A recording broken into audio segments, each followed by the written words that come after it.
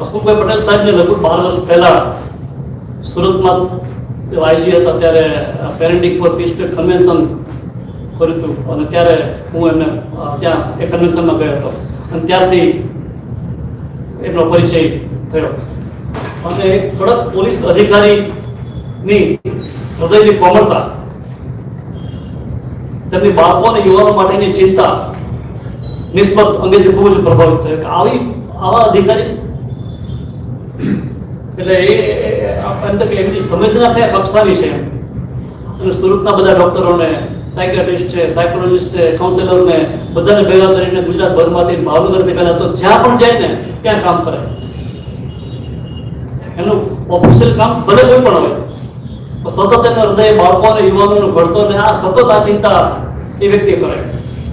એટલે ત્યારથી એમના પ્રભાવ અમારે હતો. ચાલ આવી વ્યક્તિ આવું તો આપણને એમની પાસેથી કેવું માર્ગદર્શન મળે. એમના સાથે પર વાતચીતમાં મને અચાનક એમનાથી મોઢામાં નીકળી ગયું કે હરેશભાઈ જ્યોતિર્ધર નામનો વર્કશોપ છે અને બહુ સરસ છે. અને મેં એ ઉદયભાઈની વાત કરી કે આશ્રમ ફાઉન્ડેશનના મુખ્ય પ્રેસિડેન્ટ ઉદયભાઈ દેસાઈ છે. અને ઉદયભાઈ કીધું ભાઈ આ તો આપણા નવસારીના મહાદેવભાઈ દેસાઈ જ સંચાલન કરો, હરેશભાઈ આપણે જઈએ. અને ત્યારથી અમારી જ્યોતિર્ધર યાત્રા શરૂ થઈ અને મેં 4 વર્ષ સાથે મહાદેવભાઈ સાથે રહીને કામ કર્યું. એક જ્યોતિર્ધર વર્કશોપમાં મારા ગુરુ મારા ઉદયભાઈ અમારા મહાદેવભાઈ દેસાઈ હતા અને તેઓ ગુજરાત સરકારના વાંચે ગુજરાત અભિયાનના પ્રેરક પણ હતા. પરંતુ અફસોસ કે તેઓ નથી રહ્યા. એમની સાથે અમે 4 વર્ષ સતત કામ કર્યું. પછી અમે એના સંચાલક બન્યા વર્કશોપના અને અમને ગાઈડ પણ રાત દિવસ જોયા વગર સરસ રીતે કરતા કે જ્યારે પણ ફોન કરી એમને જવાબ આપે કે આમને નામ તમે તમારા જીવનમાં કર્યું છે પહેલા તો તમે બીજાને બોલો. તો જો તમે અમલ ન કરતા હોય, ભલે ઓછો બધો પણ અમલ થવો જોઈએ કે તમારા લાઈફમાં અમલ કરો છો તો તમે બીજાને કહી શકશો. અને સતત અમારી પરીક્ષણ એક સ્ટેજે થતી અને અમને શીખવતા અને એ હવે નથી રહ્યા. એની પાછળ શ્રદ્ધાંજલિ તો બધું કરવા કરતા એના વિચાર ઉપર કંઈક કામ કરીને કર્માંજલિ સ્વરૂપ કંઈક આપણે આપીએ તો આપણને ગમે. એમનો વિચાર તો વાંચન નો હતો. એટલે કર્માંજલિ સ્વરૂપે અમારો આખો વાંચન યાત્રા શરૂ થઈ અને સતત વિચારતા હતા આપણે નક્કર કામ શું કરી શકીએ. તો 2 વર્ષ 2-3 વર્ષ પહેલા માત્ર વાતો જ કરવી, સાધના અને સ્વાધ્યાય થાય એવું કંઈક નક્કર કામ કરવું છે. એટલે અમે વાંચન વિચાર વિમર્શ હોય છે, બધો શબ્દ કોમન બધાને સાંભળ્યો હોય તો વાંચન વિમર્શ નામનો નવો શબ્દ 2 શબ્દ જોડીને મેં નવો કાઢ્યો. આપણે વાંચન કરો પછી વિમર્શ પણ થવો જોઈએ. આ રીતે એક કર્માંજલિ સ્વરૂપે અમે કાર્ય મહાદેવભાઈની પાછળ સ્વીકાર્યું હતું અને વાંચન વિમર્શ આખો સ્વરૂપ આપ્યું કાર્યક્રમને અને આ કરીએ છીએ. અને છેલ્લે એક આ બધી લોકોને સાધના કરવા માટે અમારે બોલાવો કઈ તો કઈ વ્યક્તિઓને બોલે કે પુસ્તકોથી મારા લાઈફમાં શું બદલાવ આવ્યો, મારા જીવનનું શું પરિવર્તન આવ્યું. મને ક્યાં હું ક્યાં કઈ વાતમાં કયા નિર્ણયોમાં જે સ્ટેજે પર્સનલ હોય કે પ્રોફેશનલ લાઈફ હોય અંદર પુસ્તકો મને ક્યાં કોઈ વિચારો કઈ રીતે મદદરૂપ થયા. તો એ મારી વાંચન યાત્રા નામની શુભ શરૂઆત અમારે કરવી હતી અને સાહેબે અમને હા પાડી. આજથી આ વર્ષ અમારી એવી પણ ઈચ્છા છે કે એવી રીતે અમે સમયાંતરે એવા કાર્યક્રમો ગોઠવીએ કે મારી વાંચન યાત્રા વ્યક્તિની પોતાની અને લોકોને સાંભળેલું છે કે એ બુક તમને ક્યાં પ્રભાવિત કરે છે તમારા વિચારોમાં બદલાવ લાવવા માટે.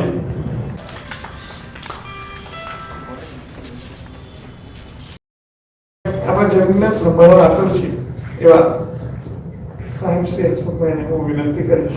આપણે જાણીએ છીએ ગુજરાતના કેડર પર કામ કરેલું છે, જીપીએસસીના ચેરમેન, પણ એ બધાને સાઈડ પર રાખીને એમણે માનવતાને જગાડવા માટે આ આખી વાંચન યાત્રા અને રૂપાંતર નામના જે પ્રોજેક્ટ્સ કર્યા એટલી વધારે કોઈ ઓળખ મારી પાસે 2 પાના હોવા છતાં હું વાંચવા માંગતો નથી અત્યારે. એમને જ વિનંતી કરીશ કે આપ પધારો. શ્રી હરેશભાઈ, જીતાબેન, રમેશભાઈ, રાજુભાઈ, દીપ્તિબેન, ઉદયભાઈ, સુખદેવભાઈ, એવા સરસ લોકો અહીંયા મળવાનું થયું છે અને એટલું સરસ વાત થઈ અને અહીંયા જે બધા લોકોએ જે કામ કર્યું છે 20 વર્ષ સંસ્થાએ પૂરા કર્યા છે અને જ્યારે સમાજ કાર્યના પરિમાણો બદલાઈ ગયા છે એવા સમયમાં આ દીવો લઈને શોધવા પડે એવા માણસો અહીંયા બેઠા છે એ બધાને હું વંદન કરું છું. આપણે આ રૂમની બહાર જઈએ ને તો આપણને એમ લાગે કે દેશમાં ક્યાંય ગરીબી નથી અને આપણે આજે બધી નાની નાની ફિલ્મો જોઈ આપણને આ રૂમની બહાર જઈએ એટલે ઘણા બધા લોકો એવું કહેવા મળશે કે ગુજરાતી ભાષામાં અંગ્રેજી શબ્દો વિના ચાલે એમ જ નથી, કારણ કે ઘણા બધા આપણા અંગ્રેજી શબ્દો એવા થઈ ગયા છે કે આપણને એના ગુજરાતી શબ્દો ખબર પણ નથી. અને અહીંયા બાળકો અળ અને હણ કેવી રીતે શીખવો એ માટે પ્રયત્ન એવા બાળકો માટે આ કાર્યક્રમો કરાવી રહ્યા છે. એટલે એમને જેટલા વંદન કરીએ અને એમના માટે જેટલી પ્રાર્થના કરીએ કે આ કામ થતું રહે અને આઝાદીના 75 વર્ષ પછી પણ આ સ્થિતિ છે એ કદાચ આપણે જે રસ્તો લીધો છે એ રસ્તાથી 150 વર્ષે પણ એનો નિકાલ આવશે કે કેમ એની ખબર નથી. પણ આ લોકો જે કામ કરી રહ્યા છે એમણે જે બદલાવ લાવ્યો છે એ બદલાવ જરૂર એક એવો દીવો હંમેશા પ્રગટાવતો રહેશે કે જે એક મિસાલ બનીને રહેશે. અત્યારે જે મેં તમને કહ્યું કે એમની બહાર જે જુદો માહોલ છે એ માહોલે પણ ક્યારેક આ તરફ જોવાની ફરજ પડશે. એવી હરેશભાઈ, જીતાબેન અને એમની આખી ટીમને હું ખૂબ અભિનંદન આપું છું. 20 વર્ષ પૂરા કર્યા છે અને એની સાથે સાથે એમણે જે વાંચનનું કામ હાથમાં લીધું છે અને હું જ કહેવાનો હતો કે ખરેખર રમેશભાઈ આટલું સરસ બોલે છે તો મારી આ વાંચન યાત્રાની તો અહીંયા વાત જ ના કરવાની હોય. એટલું સરસ એમના વાંચનના અને સમાજના એમના જે અનુભવો છે અને એમણે સાવ નાનકડા સમયની અંદર એમણે બહુ જ બધી એટલી સરસ સરસ વાતો કરી. એ જે વાંચન શિબિરો કરે છે અમે એકવાર એમને પહેલી વાર મળવાનું જ મારે એટલે થયું હતું કે હું મારી દીકરીને વાંચન શિબિરમાં મોકલેલી સાંજે હું લેવા ગયેલો. એટલે રમેશભાઈ જેવું કામ સતત થતું રહે અને વાંચન અજવાળું થતું રહે એ માટે પણ હું પ્રાર્થના કરું છું. મારી વાંચન યાત્રાની વાત કરીએ તો મેં બહુ વાંચ્યું નથી, પણ જે પણ એક નાના સમયખંડની અંદર જે મેં વાંચ્યું છે એણે મારા જીવન ઉપર બહુ અસર કરી છે. તો છે બાળપણથી શરૂ કરીએ તો હું બનાસકાંઠામાં પાલનપુર પાસે એક નાનકડા ગામમાં ભણતો હતો અને અમારે 5મા ધોરણથી ગુજરાતીના 2 પ્રશ્નપત્રો આવતા. એટલે એને ભાષા 1 અને ભાષા 2 કહેતા. એટલે એક ગુજરાતી આપણે પાઠ્યપુસ્તક ભણીએ તે અને બીજું લખવાનું ગુજરાતી, એટલે એની અંદર નિબંધ લખવો પડે, વિચાર વિસ્તાર હોય, બધું જ હોય. એટલે 2 પ્રશ્નપત્રો હતા, છતાં પણ અમારે ત્યાં જે રીતે ભાષા ભણાવવામાં આવતી હતી એ રીતે મને ક્યારે ભાષામાં રસ પડ્યો નહોતો અને ભાષા મને એવી કે સારી વર્ષો સુધી આવડી પણ નથી. એટલે મારા 12મા સુધી ભાષામાં બહુ સારા ગુણ મેં જ્યારે જીપીએસસી ક્લાસ 1-2ની પરીક્ષા આપી ત્યારે પહેલી વાર મારા 60નો આંકડો પાર થયો અને 61 ગુણ આવેલા. બાકી 10મામાં પણ મારે 51 ગુણ છે અને 12મામાં કંઈક 55 કે એવા ગુણ છે. એટલે એ રીતે ભાષા આપણી કાચી રહી ગઈ છે અને હવે તો શું થતું છે એ આપણને ખબર નથી. પણ હું જ્યારે વિસનગર ગયો ત્યારે મેં જોયું કે મહેસાણા જિલ્લામાં એ વખતે જે શિક્ષકો હતા એ જે ભણાવતા હતા ગુજરાતી એ અમને થોડો ઘણો લાભ ત્યાં મળ્યો. પણ મારો વાંચનનો સૌથી પહેલો પરિચય 10મા ધોરણમાં થયો. 10મા ધોરણમાં અમારા શિક્ષક હતા આરજે પટેલ કરીને, વર્ગ શિક્ષક હતા અને અમારી શાળામાં અંગ્રેજીને બહુ મહત્વ. એટલે અમને 10 પીરિયડ અઠવાડિયાના 10 પીરિયડ અંગ્રેજીના હોય અને ગુજરાતીના 4 પીરિયડ હોય. એટલે અમારા વર્ગ શિક્ષક પણ સોમ, મંગળ, બુધ, ગુરુ 4 જ દિવસ અમારા વર્ગ શિક્ષક તરીકે કામ કરે અને એ 4 દિવસ અમને ગુજરાતી ભણાવે. એમણે ગુજરાતી ભણાવતી વખતે એમણે એવું કર્યું કે કવિ અને લેખક જે હોય, કવિતાના કવિ અને પાઠો હોય એના લેખક, એમના વિશે બહુ વિગતે વાત કરી. આખું વિશ્વ ઊભું કરી દીધું. એટલે એક લેખકનું આમ જીવન આપણી સામે આવે ને આપણે એમ થાય કે આ તો કેવા માણસો છે. એમ આપણે એમ થાય કે પન્નાલાલને મળી લઈએ, બરાબર છે. અને પન્નાલાલના પુત્રીના લગ્ન પાછળથી ખબર પડી. અમારી શાળાના વિસનગરની શાળાના આચાર્યના દીકરા જોડે થયા હતા. એની તો બહુ પાછળથી ખબર પડી, પણ એવી સરસ એમણે વાતો કરી, બહુ વર્ષો પછી જ્યારે મેં વિનોદની નજરે વિનોદ ભટ્ટનું પુસ્તક વાંચ્યું ત્યારે મને ખબર પડી કે આ તો અમારા જે શિક્ષક વાત કરતા હતા એ બધું જ વિનોદભાઈ એમના લેખોની અંદર દરેકના લખ્યું. પણ એમણે આ મારો આખો આજે શિક્ષક અમારા હતા અને એમણે પાઠ જે બધા છે ને ઉપાથી જ હતા. લેખક વિશે બહુ લાંબી વાત થાય અને પછી પાઠ ચાલુ કરીને પહેલેથી છેલ્લે સુધી વાંચી, બરાબર, અને અભ્યાસક્રમ પણ પૂરો નહીં કરી શકે. એટલે છેલ્લે એક દિવસ એમણે અને બીજું એક કામ એવું કરતા કે 10મું ધોરણ એ વખતે બહુ મહત્વનું ગણાતું, એટલે બધાને એક એકને ઊભા કરીને પૂછે કે તમે શું ભણો છો, કેવી રીતે ભણો છો. અને એ એમને પછી એવું હતું, શિક્ષક વિશે થોડી વધારે વાત કરું છું વાંચનની આંખના ભાગરૂપે કદાચ કે મારા અભાવના લીધે, કે અમારે ત્યાં વિજ્ઞાનના 2 જ વર્ગો થતા. કુલ 8 વર્ગ હતા શાળામાં, બ ક ચ સુધીના. એની અંદર વિજ્ઞાનના અ અને બ 2 જ વર્ગો હોય. પણ એ વર્ષે બહુ જ બધા વિદ્યાર્થીઓ વિજ્ઞાન પ્રવાહમાં આવ્યા એટલે ક વર્ગ શરૂ કર્યો. અને આ ક વર્ગના નિયમિત આચાર્ય હતા, જ્યાં સામાન્ય પ્રવાહનો વર્ગ હતો એ વિજ્ઞાન પ્રવાહનો વર્ગ થઈ ગયો. અને હવે એના માટે શિક્ષકો શોધવા પડે. એટલે એવા શિક્ષકો કે અમુક તો જેણે કદાચ સાયન્સ વિજ્ઞાન શાખાનું ગણિત ના ભણાવ્યું એવા મારા ગણિતના શિક્ષક હતા. અને 11-12માં જે વિજ્ઞાન ભણાવતા એવા વિજ્ઞાનના શિક્ષકો હતા. એટલે અમારા શિક્ષકને બહુ દાજ હતી કે મારા વર્ગ સાથે અન્યાય થયો છે. એટલે દરેક વિદ્યાર્થીઓને ઊભા કરીને તમે કેવી રીતે ભણો છો એ બધું સમજાવે. એટલે ગુજરાતી ભાષા ભણાવવાનો, પાઠ ભણાવવાનો કે કવિતા ભણાવવાનો એમને સમય નહીં મળે. અને એમણે લેખકો વિશે જે વિશ્વ ઊભું કર્યું ને એના કારણે મને વાંચવામાં રસ પડ્યો. અને હું અમારી શાળાની લાઇબ્રેરી, આપણને તો ખબર જ નહીં કે શું વંચાય લાઇબ્રેરી કંઈ સારી. અને એ જમાનાની લાઇબ્રેરીઓ તો પુસ્તકો તો કાચના કબાટમાં બંધ રહેતા, એટલે લાઇબ્રેરીમાં પેલી આમ ટીપો ઉપર એક નાના ચોપાનિયા પડ્યા હોય. રિસર્ચમાં હું ત્યાં જાઉં અને થોડું ઘણું વાંચું. પણ એ વખતે સંદેશમાં લેખ બહુ સરસ કટારો આવતી. અત્યારે જે દિવ્ય ભાસ્કરમાં આવે છે ને દિવસે દિવસે એમાં ઓછી થતી જાય છે, આપણી રસરૂચિ બદલાય છે એ પ્રમાણે. પણ એ વખતે સંદેશમાં બધા જ લેખકો, રઘુવીર ચૌધરી, ભોળાભાઈ પટેલ, ગુણવંત શાહ, પ્રવીણ શાહ, ઈશ્વરદાસભાઈ સામાજિક પ્રશ્નો વિશે લખતા, જે મહેસાણા જિલ્લામાં જિલ્લા પંચાયતના પ્રમુખ હતા. લીલાબેન પટેલ, સંદેશના તંત્રી ચિમનભાઈના પત્ની, એ પણ કૌટુંબિક પ્રશ્નો વિશે બહુ સરસ દર મંગળવારે એમને બધા વાર પણ યાદ છે, બરાબર છે. પછી વસુદેવ મહેતા કદાચ, બરાબર, એમની તો પોલિટિકલ કોમેન્ટ આવતી. એના પછી કદાચ આપણને નગીનદાસભાઈ મળ્યા કે જે એટલું સારું લખી શકે. આપણો વસુદેવભાઈનો તો ક્લાસ જ જુદો હતો. એટલે આ બધી કોલમો આવતી. બધી કોલમોના નામ પણ યાદ છે. આઈ થિંક અમુક સમય તો તારક મહેતાનું પણ હતું. પછી એક બાબુભાઈ વ્યાસ કરીને સરસ હાસ્યની કોલમ લખતા. એટલે આ બધું 11મા ધોરણથી શરૂ થયું વાંચવાનું. અને આ કોલમોના કારણે મને સાહિત્યમાં રસ પડવા માંડ્યો. અને પછી 12મું ધોરણ પૂરું થયું અને હું એન્જિનિયરિંગમાં ભણવા ગયો.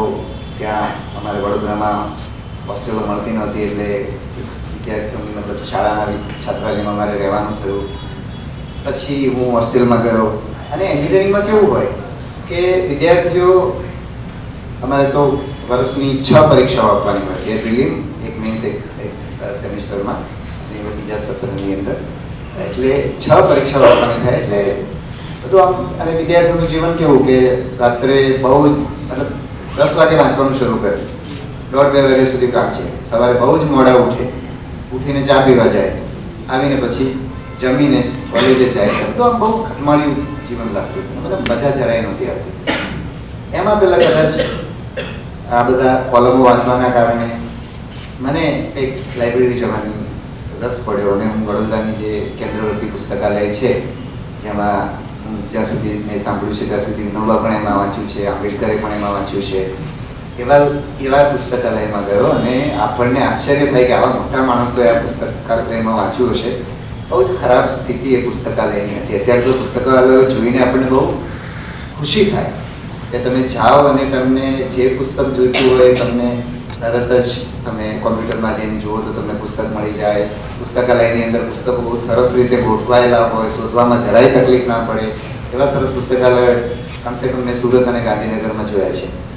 તો એ વખતે તો બહુ જ ખરાબ સ્થિતિ હતી. એટલે ત્યાં જઈએ એટલે જે પુસ્તકાલયમાં કામ કરતા હોય, મને એમનો ચહેરો પણ એ બેનનો યાદ છે કે જરા પણ આપણને પ્રતિસાદ ના આપે. એક ટેબલ છે એના ઉપર પુસ્તકોનો ઢગલો પડ્યો હોય અને કોઈ પણ પુસ્તકનું ઓરિજિનલ કવર ના આવે, બધાનું કવર લાલ જ હોય, બરાબર છે. એટલે એમાંથી આપણે બધા એક ઢગલામાંથી દર વખતે 2 પુસ્તકો આપણને મળે 15 દિવસ માટે. એટલે દર વખતે 1 કલાક આપીએ એટલે 2 પુસ્તકો મળી જાય. અને કદાચ એ પુસ્તકો કેવી રીતે શોધ્યા પણ એ પણ મને યાદ નથી, પણ હું સમજુ છું ત્યાં સુધી આટલા બધા લેખકોના નામ કોલમોના મારફતે મારી સામે આવ્યા હતા. એટલે બધા પુસ્તકો એક પછી એક હું કહેતો થયો અને વાંચતો થયો. 3જા વર્ષમાં હું માનું છું ત્યાં સુધી 3જા વર્ષની અંદર જ મેં પુસ્તકો વાંચવાના શરૂ કર્યા. અને એવું પણ મને એટલો બધો શોખ કે હું દર 15 દિવસે 2 પુસ્તકો પૂરા કરી. 2 પૂરા ના કરું ત્યાં સુધી મને મજા જ ના આવે. એટલે એક મતલબ વડોદરામાં એ વખતે કર્ફ્યુ તો લગભગ 6 મહિના સુધી કર્ફ્યુ ચાલતો, વર્ષમાં 6 મહિના તો કર્ફ્યુ કર્યો. પણ એવાય પ્રસંગો છે કે આમ ઘરેથી પણ બધાએ કીધેલું હોય કે કર્ફ્યુમાં કોને તોફાનો જોયા હોય, મૃત્યુના આંકડા જોયા હોય, અખબારોમાં વાંચ્યા હોય, તો સામાન્ય રીતે માંડવીની સુધી જવાની તૈયારી ના હોય. પોલિટેકનિકની હોસ્ટેલમાં હું રહેતો તો પણ છતાંય વાંચવાનું એવું પેલું નશો થઈ ગયેલો, વ્યસન થઈ ગયેલું કે હું કર્ફ્યુનો 2-3 કલાક માટે કર્ફ્યુ ખુલ્યો હોય તો ડબલ ડેકર બસમાં માંડવી સુધી પહોંચી અને પુસ્તકો લઈ આવ્યો હોય એવું પણ બન્યું હોય. હવે એ વખતે જે બધું વાંચ્યું એની કેટલીક વાત કરું તો પહેલાં મને લાગે છે કે ગાંધીજીની વાત કરું. બધા જ પોતપોતાની રીતે પુસ્તકો જ્યારે જે મળ્યા એ વાંચ્યા છે. તો આત્મકથા મારા હાથમાં આવી અને મારું દિવાળીનું વેકેશન શરૂ થતું હતું. એટલે દિવાળીની રજામાં ઘરે જવાનું હતું. સાંજે પુસ્તક હાથમાં આવ્યું, વાંચવાનું શરૂ કર્યું અને વાંચવાની એવી આમ લાગ્યું કે આ તો મારી જ વાત છે. એમના જે મારા જેવો ગભરું માણસ, બરાબર છે. એટલે એકદમ એવું એટલું બધું લાગી ગયું. અને પછી બીજા દિવસે સવારે અમારે 6 વાગે ડભોઈ પાલનપુર બસ જાય, એમાં ત્યાંથી નીકળવાનું. દિવાળીનો સમય એટલે બસમાં જગ્યા ના હોય એટલે બસમાં લગભગ 6 સુધી હું માનું છું ત્યાં સુધી ઉભા રહેવાનું થયું છે. તો મને મારા પિતાજી એવું કીધું કે વાહનમાં જતા હોઈએ ત્યારે પુસ્તક વંચાય નહીં, એટલે એ નિયમ મેં કાયમ પાડી રાખ્યો. પણ ગાંધીજીની આત્મકથા હાથમાં આવી તો મેં બસમાં ઊભા એ વાંચી. એટલી મને એની મુખ્ય લાગ્યું કે આ તો મારી જ વાત છે, કે મારા જેવા માણસની વાત છે આ. એટલે ગાંધીજીનું પુસ્તક એ રીતે થયું. પન્નાલાલની મળેલા જીવ વાંચી. મને ભાગ્યાનો ભેરું યાદ નથી કે મેં ખરેખર આખી વાંચી હશે કે નહીં, પણ મેં કંબર વલોણો એમનું વાંચ્યું છે. રઘુવીરભાઈના ઘણા બધા પુસ્તકો વાંચ્યા હતા. લઘુ હું માનું છું 7-8 નવલકથાઓ એમની વાંચી છે. પંચપુરાણ ને અમૃતા પણ વાંચી છે. એમની બાકીની મને યાદ નથી આવતી. પણ એક પેલી કથાત્રયી છે, ઉપરવાસ અંતરવાસ. એ મને યાદ છે કે હું જ્યારે કોલેજના છેલ્લા વર્ષમાં હતો અને મારે એમએ કરવું હતું. અને એમએ કરવાનું કારણ બહુ સ્પષ્ટ હતું કે એન્જિનિયરિંગમાં હું સિવિલ એન્જિનિયરિંગમાં હતો. અમે જ્યારે પ્રવેશ લીધો ત્યારે નર્મદા યોજના એકદમ પીક પર હતી. પછી સરકારમાં જે સામાન્ય રીતે થતું હોય છે એમ બહુ બધી ભરતી થઈ ગયેલી. નર્મદા યોજના સામે પ્રશ્નચિહ્નો શરૂ થયેલા. એટલે અમે જ્યારે બીજા વર્ષમાં આવી ગયા એટલે એકદમ બેકારી શરૂ થઈ. જે સિવિલ એન્જિનિયરો માટે 20 વર્ષ ચાલી, એટલે નોકરી ક્યાં હતી જ નહીં. અને એવું હતું કે એમએ કરીએ તો 1000 રૂપિયાનું સ્ટાઇપન્ડ મળે. એટલે એવું કે આ તો જોરદાર વસ્તુ છે. આપણે 1000 રૂપિયા તો જોયા ના હોય. 1000 રૂપિયામાં તો 700-800 રૂપિયામાં તો આખા વર્ષનું ખર્ચ નીકળી જતો હોય હોસ્ટેલનો, બરાબર છે. આ તો મહિનાના 1000 મળે. એટલે કેટની હું તૈયારી કરતો હતો અને એના માટે મેં દિવાળી વેકેશનમાં ઘરે નહીં જવાનું નક્કી કર્યું. અને પણ વાંચનનો એવો પેલો થઈ ગયેલો, પહેલું થઈ ગયેલું કે મને યાદ છે કે રઘુવીરભાઈની અંતરવાસ નવલકથા મેં સવારે શરૂ કરી અને રાત્રે 8 વાગ્યા સુધી વાંચી. અને 8 વાગે હું વડોદરાના ચાલતો પછી ન્યાય મંદિર સુધી મેં જઈ અને આખું જોયું કે આ લોકો દિવાળી કેવી રીતે ઉજવે છે, બરાબર. તો એવી આમ વાંચવાની અસર. એકવાર મને યાદ છે કે એ જ વર્ષની વાત છે, 4થા વર્ષની જ વાત છે. સેકન્ડ સેમિસ્ટરની પ્રિલિમ પરીક્ષા અને મારા હાથમાં રાજીવ પટેલની કદાચ અશ્રુઘર અથવા વૃત્તિને વાર્તા એમાંથી એક મારા હાથમાં આવી ગયેલી અને મેં વાંચવાની ચાલુ હતી. અને આવતીકાલે પરીક્ષા અને પુસ્તક હાથમાંથી મુકાય નહીં. અને એવું થયું કે 4 વાગે સમાચાર આવ્યા, સાંજે 4 વાગે. મને નક્કી કર્યું 4 વાગે મૂકી દેવી છે કે હવે તો કાલનું વાંચવું જ પડશે. અને 4 વાગે સમાચાર આવે કે તમારી પરીક્ષા પોસ્ટપોન થઈ ગઈ છે. એટલે પછી હું પૂરું કરી શક્યું. એટલે રાવજી પટેલને જ્યારે વાંચ્યું ત્યારે મને એમ થયું, કેવો માણસ હશે અને કેવો એનો સંઘર્ષ હશે. અને હું મારી જાતને પણ એમાં જોઈ શકું. રાવજી પટેલની જે, હવે તો હું ઘણો બધું બદલાઈ છું, વિપશ્યના ને બધું કર્યું એટલે, પણ રાવજી પટેલના મનની અંદર જે પ્રકારનો સંઘર્ષ હતો એ બધા સંઘર્ષ મારા જીવનમાં હતા. બરાબર છે. ગાંધીજી વાંચે ત્યારે મને એ ગાંધીજીનો અનુભવ થયો. એ જ વખતે જ્યારે ગાંધીજીની જ આપણે વાત કરી લઈએ, એ જ વખતે હા, એ જ આઈ થિંક આ જે મેં તમને અંતરવાસવાળી વાત કરીને કદાચ કોલેજનું 30મું વર્ષ હશે, પણ કોલેજના 4થા વર્ષમાં આ ગેટ એક્ઝામ માટે હું વાત કરું છું, એ 4થું વર્ષ. અને એ વર્ષે એવું થયું કે અમારે કોલેજની છાત્રાલયો બધા બંધ કરી દીધા, કે વેકેશનમાં બધા ખાલી કરી દીધા. અને હું આ ગેટ એક્ઝામિનેશન એમયુના એડમિશન માટે મેં એમાં રહેવાનું નક્કી કર્યું. મારો એક મિત્ર હતો નવનીત પટેલ, એણે બીમારીના કારણે એની ત્રીજા સેમિસ્ટરની પરીક્ષા, મતલબ 7મા સેમિસ્ટરની, એટલે 4થા વર્ષના પહેલા સેમિસ્ટરની પરીક્ષા એ નહોતો આપી શક્યો. એટલે અમે બંને લોકો એની રૂમમાં અમે રહેતા.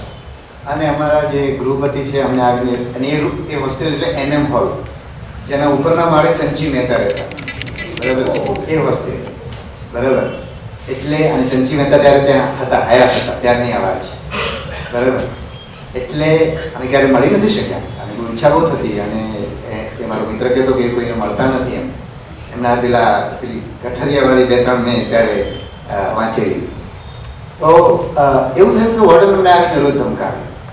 અને પેલી રવિવારે બપોરે લાઈટ 2 કે 3 વાગે દૂરદર્શન ઉપર એક ફિલ્મ આવે, અને એમાં ગાંધી ફિલ્મ આવી.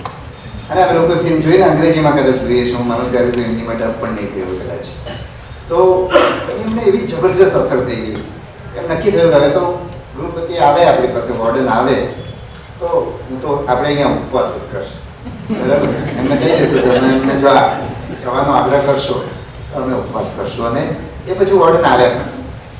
એટલે પુસ્તકોની આઈ થિંક એ જ રીતે મેં એમને ગુણવંતભાઈને સાંભળ્યા, અરે વાંચ્યા. અને ગુણવંતભાઈ તો એટલા બધા અમારા હીરો હતા. બરાબર છે. પણ અમારું દ્રષ્ટિ છે ને બહુ ખબર નહીં કેવી હશે, ખબર નહીં, પણ ગુણવંતભાઈ તમને ખ્યાલ હોય તો એ વખતે પેલી પદયાત્રા કરી, પંચશીલ પદયાત્રા કરી. અને વડોદરાની ડાયમંડ જ્યુબિલી હોસ્ટેલમાં ગુણવંતભાઈનો કાર્યક્રમ રાખ્યો. અને અમને ગુણવંતભાઈનું ઘેરું હોય. અને હું ને મારા એકાદ મિત્ર અમે લોકો ગુણવંતભાઈને સાંભળવા ગયા. અને ગુણવંતભાઈનું ત્યાં જે વર્તન હતું, એટલે અમે 10 મિનિટ સાંભળ્યા પછી ગુણવંતભાઈનો છોડીને અમે ત્યાં. અને ગુણવંતભાઈને એ પછી પણ આજ સુધી મેં એમને વાંચ્યા છે. અને ત્યારે બહુ વર્ષો પછી ભાવનગરમાં સુભાષ ભટ્ટે એકવાર એવું કીધું, અથવા તો ક્યાંક મેં વાંચ્યું, અને પછી સુભાષ ભટ્ટના મોઢે મેં બીજી વસ્તુ સાંભળી કે લેખક અને એનું, હા એ પહેલાં બહુ બધી જગ્યાએ વાંચ્યું હશે કે લેખક અને એનું સર્જન બંને વસ્તુ અલગ છે. બરાબર. અને પછી સુભાષ ભટ્ટે એવું કીધું કે આપણે મૂર્તિની નજીક જઈએ ને તો એની અંદર તિરાડો હોય દેખાય, એટલે આપણે મૂર્તિની નજીક નહીં જવાનું. બરાબર છે. એટલે લેખકને માણવો હોય તેના પુસ્તકોના માધ્યમથી અને એના સર્જનના માધ્યમથી. પછી આમની વર્ષા ડલાજાની ગાંઠ છૂટ્યાની લડાઈ લગભગ એ વખતે વાંચી હું કેટલોય રડ્યો હોઈશ. અને લગભગ આજથી 10 વર્ષ પહેલાં હું સુરતમાં આઈજી હતો ત્યારે મેં ફરી વાંચી. એમાં આપણે આંસુ રોકી જ નથી શકતા. લેખિકાએ જે જીવનને ત્યાં મૂક્યું છે, અને જે વ્યક્તિનું જીવન મૂક્યું છે ને, એણે જે સંઘર્ષ કર્યા છે અલીરાજપુરના આદિવાસી વિસ્તારની અંદર, એટલે લેખક આપણને આ કૃતિઓ, સાહિત્ય, વાંચન આપણને સંવેદનશીલ બનાવે છે. મેં તો આ બધું બહુ જ ઓછા સમયમાં કર્યું છે. પછી તો મેં વાંચ્યું જ નથી, વાંચી શક્યો નથી, અથવા તો મેં વાંચવાનો પ્રયત્ન નથી કર્યો, મેં એના માટે સમય નથી આપ્યો. પણ એક ટૂંકા સમયની અંદર જે વસ્તુ વાંચી છે, રાવી પાઠકનો ભારેલો અગ્નિ વાંચો. મારા બાળક મારી 9.5 વર્ષની ઉંમરમાં એમણે વિદાય લીધી. ભાઈ રમેશભાઈએ કીધું એટલે આજની પેઢી માટે બા એટલે દાદી. બરાબર છે. અમારી પેઢી માટે બા એટલે માં. બરાબર છે. તો એમના મોઢે મેં ભારેલા અગ્નિ વિશે સાંભળેલું. એટલે મેં ભારેલા અગ્નિ પણ મને જે દિવસે મળે ત્યારે જ વાંચવાની મળે, એટલે મળી ગઈ, હું લઈ આવ્યો, મેં વાંચી. અને મને મજા નહીં આવી. મને એમ થયું કે કેમ, એટલે એનો જવાબ થોડોક પછી આપ્યો. એટલે આ રીતે પુસ્તકો મારી સામે આવતા ગયા. અથવા તો પછી મેં જ્યારે ગુજરાતી સાહિત્ય શીખવાનું મારે શરૂ કરવાનું થયું, જ્યારે હું આ પરીક્ષા આપતો હતો ત્યારે મને સમજાયું કે રાવી પાઠકની નવલકથા મને કેમ નહીં ગમી એમ. ત્યાં લેખકનો અવાજ મને બહુ સ્પષ્ટ દેખાય છે, બરાબર છે, આપણને બહુ સ્પષ્ટ વર્તાય. એટલે રવિ પાઠક, પછી ગુણવંત શાહની વાત કરી, પન્નાલાલની વાત કરી, ત્યારે અને સાહિત્યના જે પણ કાર્યક્રમો થાય, મને યાદ છે કે ત્યાં પેલું પુસ્તકનું પેલું છે ને પ્રચારનું સરસ, રાવપુરાની અંદર એક સંસ્થા છે, હું નામ ભૂલું છું, બરાબર છે. એક વખતે બકુલભાઈ, ગુણવંતભાઈ અને ત્રીજું કોઈ આવેલું, તો અમે એમને સાંભળવા ગયેલા અને બહુ મજા આવી. એટલે સાહિત્યના સંબંધી કંઈ પણ કાર્યક્રમો થાય વડોદરામાં થતા હશે, હવે અમારા જેવા વિદ્યાર્થીઓને શું ખબર પડે.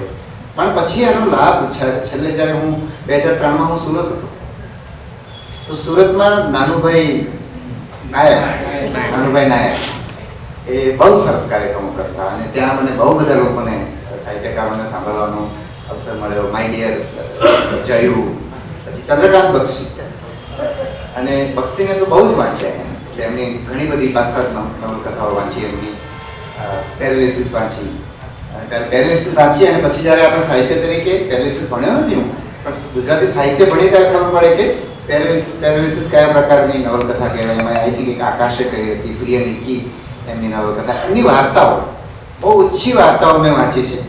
એમાં મને 2 લોકો યાદ છે. એક ચંદ્રકાંત બક્ષી, 39 વાર્તા, અને એમાં મણિકર્ણિકા ઘાટ, બરાબર, 4-5 પાનાની વાર્તા. વાર્તા કોને કહેવાય, બરાબર છે. આપણે પછી સાહિત્યમાં ભણ્યા ત્યારે જયંત ખત્રીની વાર્તાઓ વાંચી નથી, આબલાનો ટુકડો ને એ બધી વાંચી નથી, પણ ચંદ્રકાંત બક્ષીની વાર્તાઓ એકદમ એવી જ રીતે મને બીજી વાર્તાઓ જે યાદ છે આમની ગુલાબદાસ બ્લોકરની, ગુલામુદ્દીન ઘોડીવાળો, બરાબર છે, એક વાર્તા સંગ્રહ બહુ જ ગમ્યો. એવી જ આઈ થિંક બીજી 2-5 વાર્તા સંગ્રહ વાંચ્યા છે, પણ નવલકથાઓ મેં ઘણી વાંચી.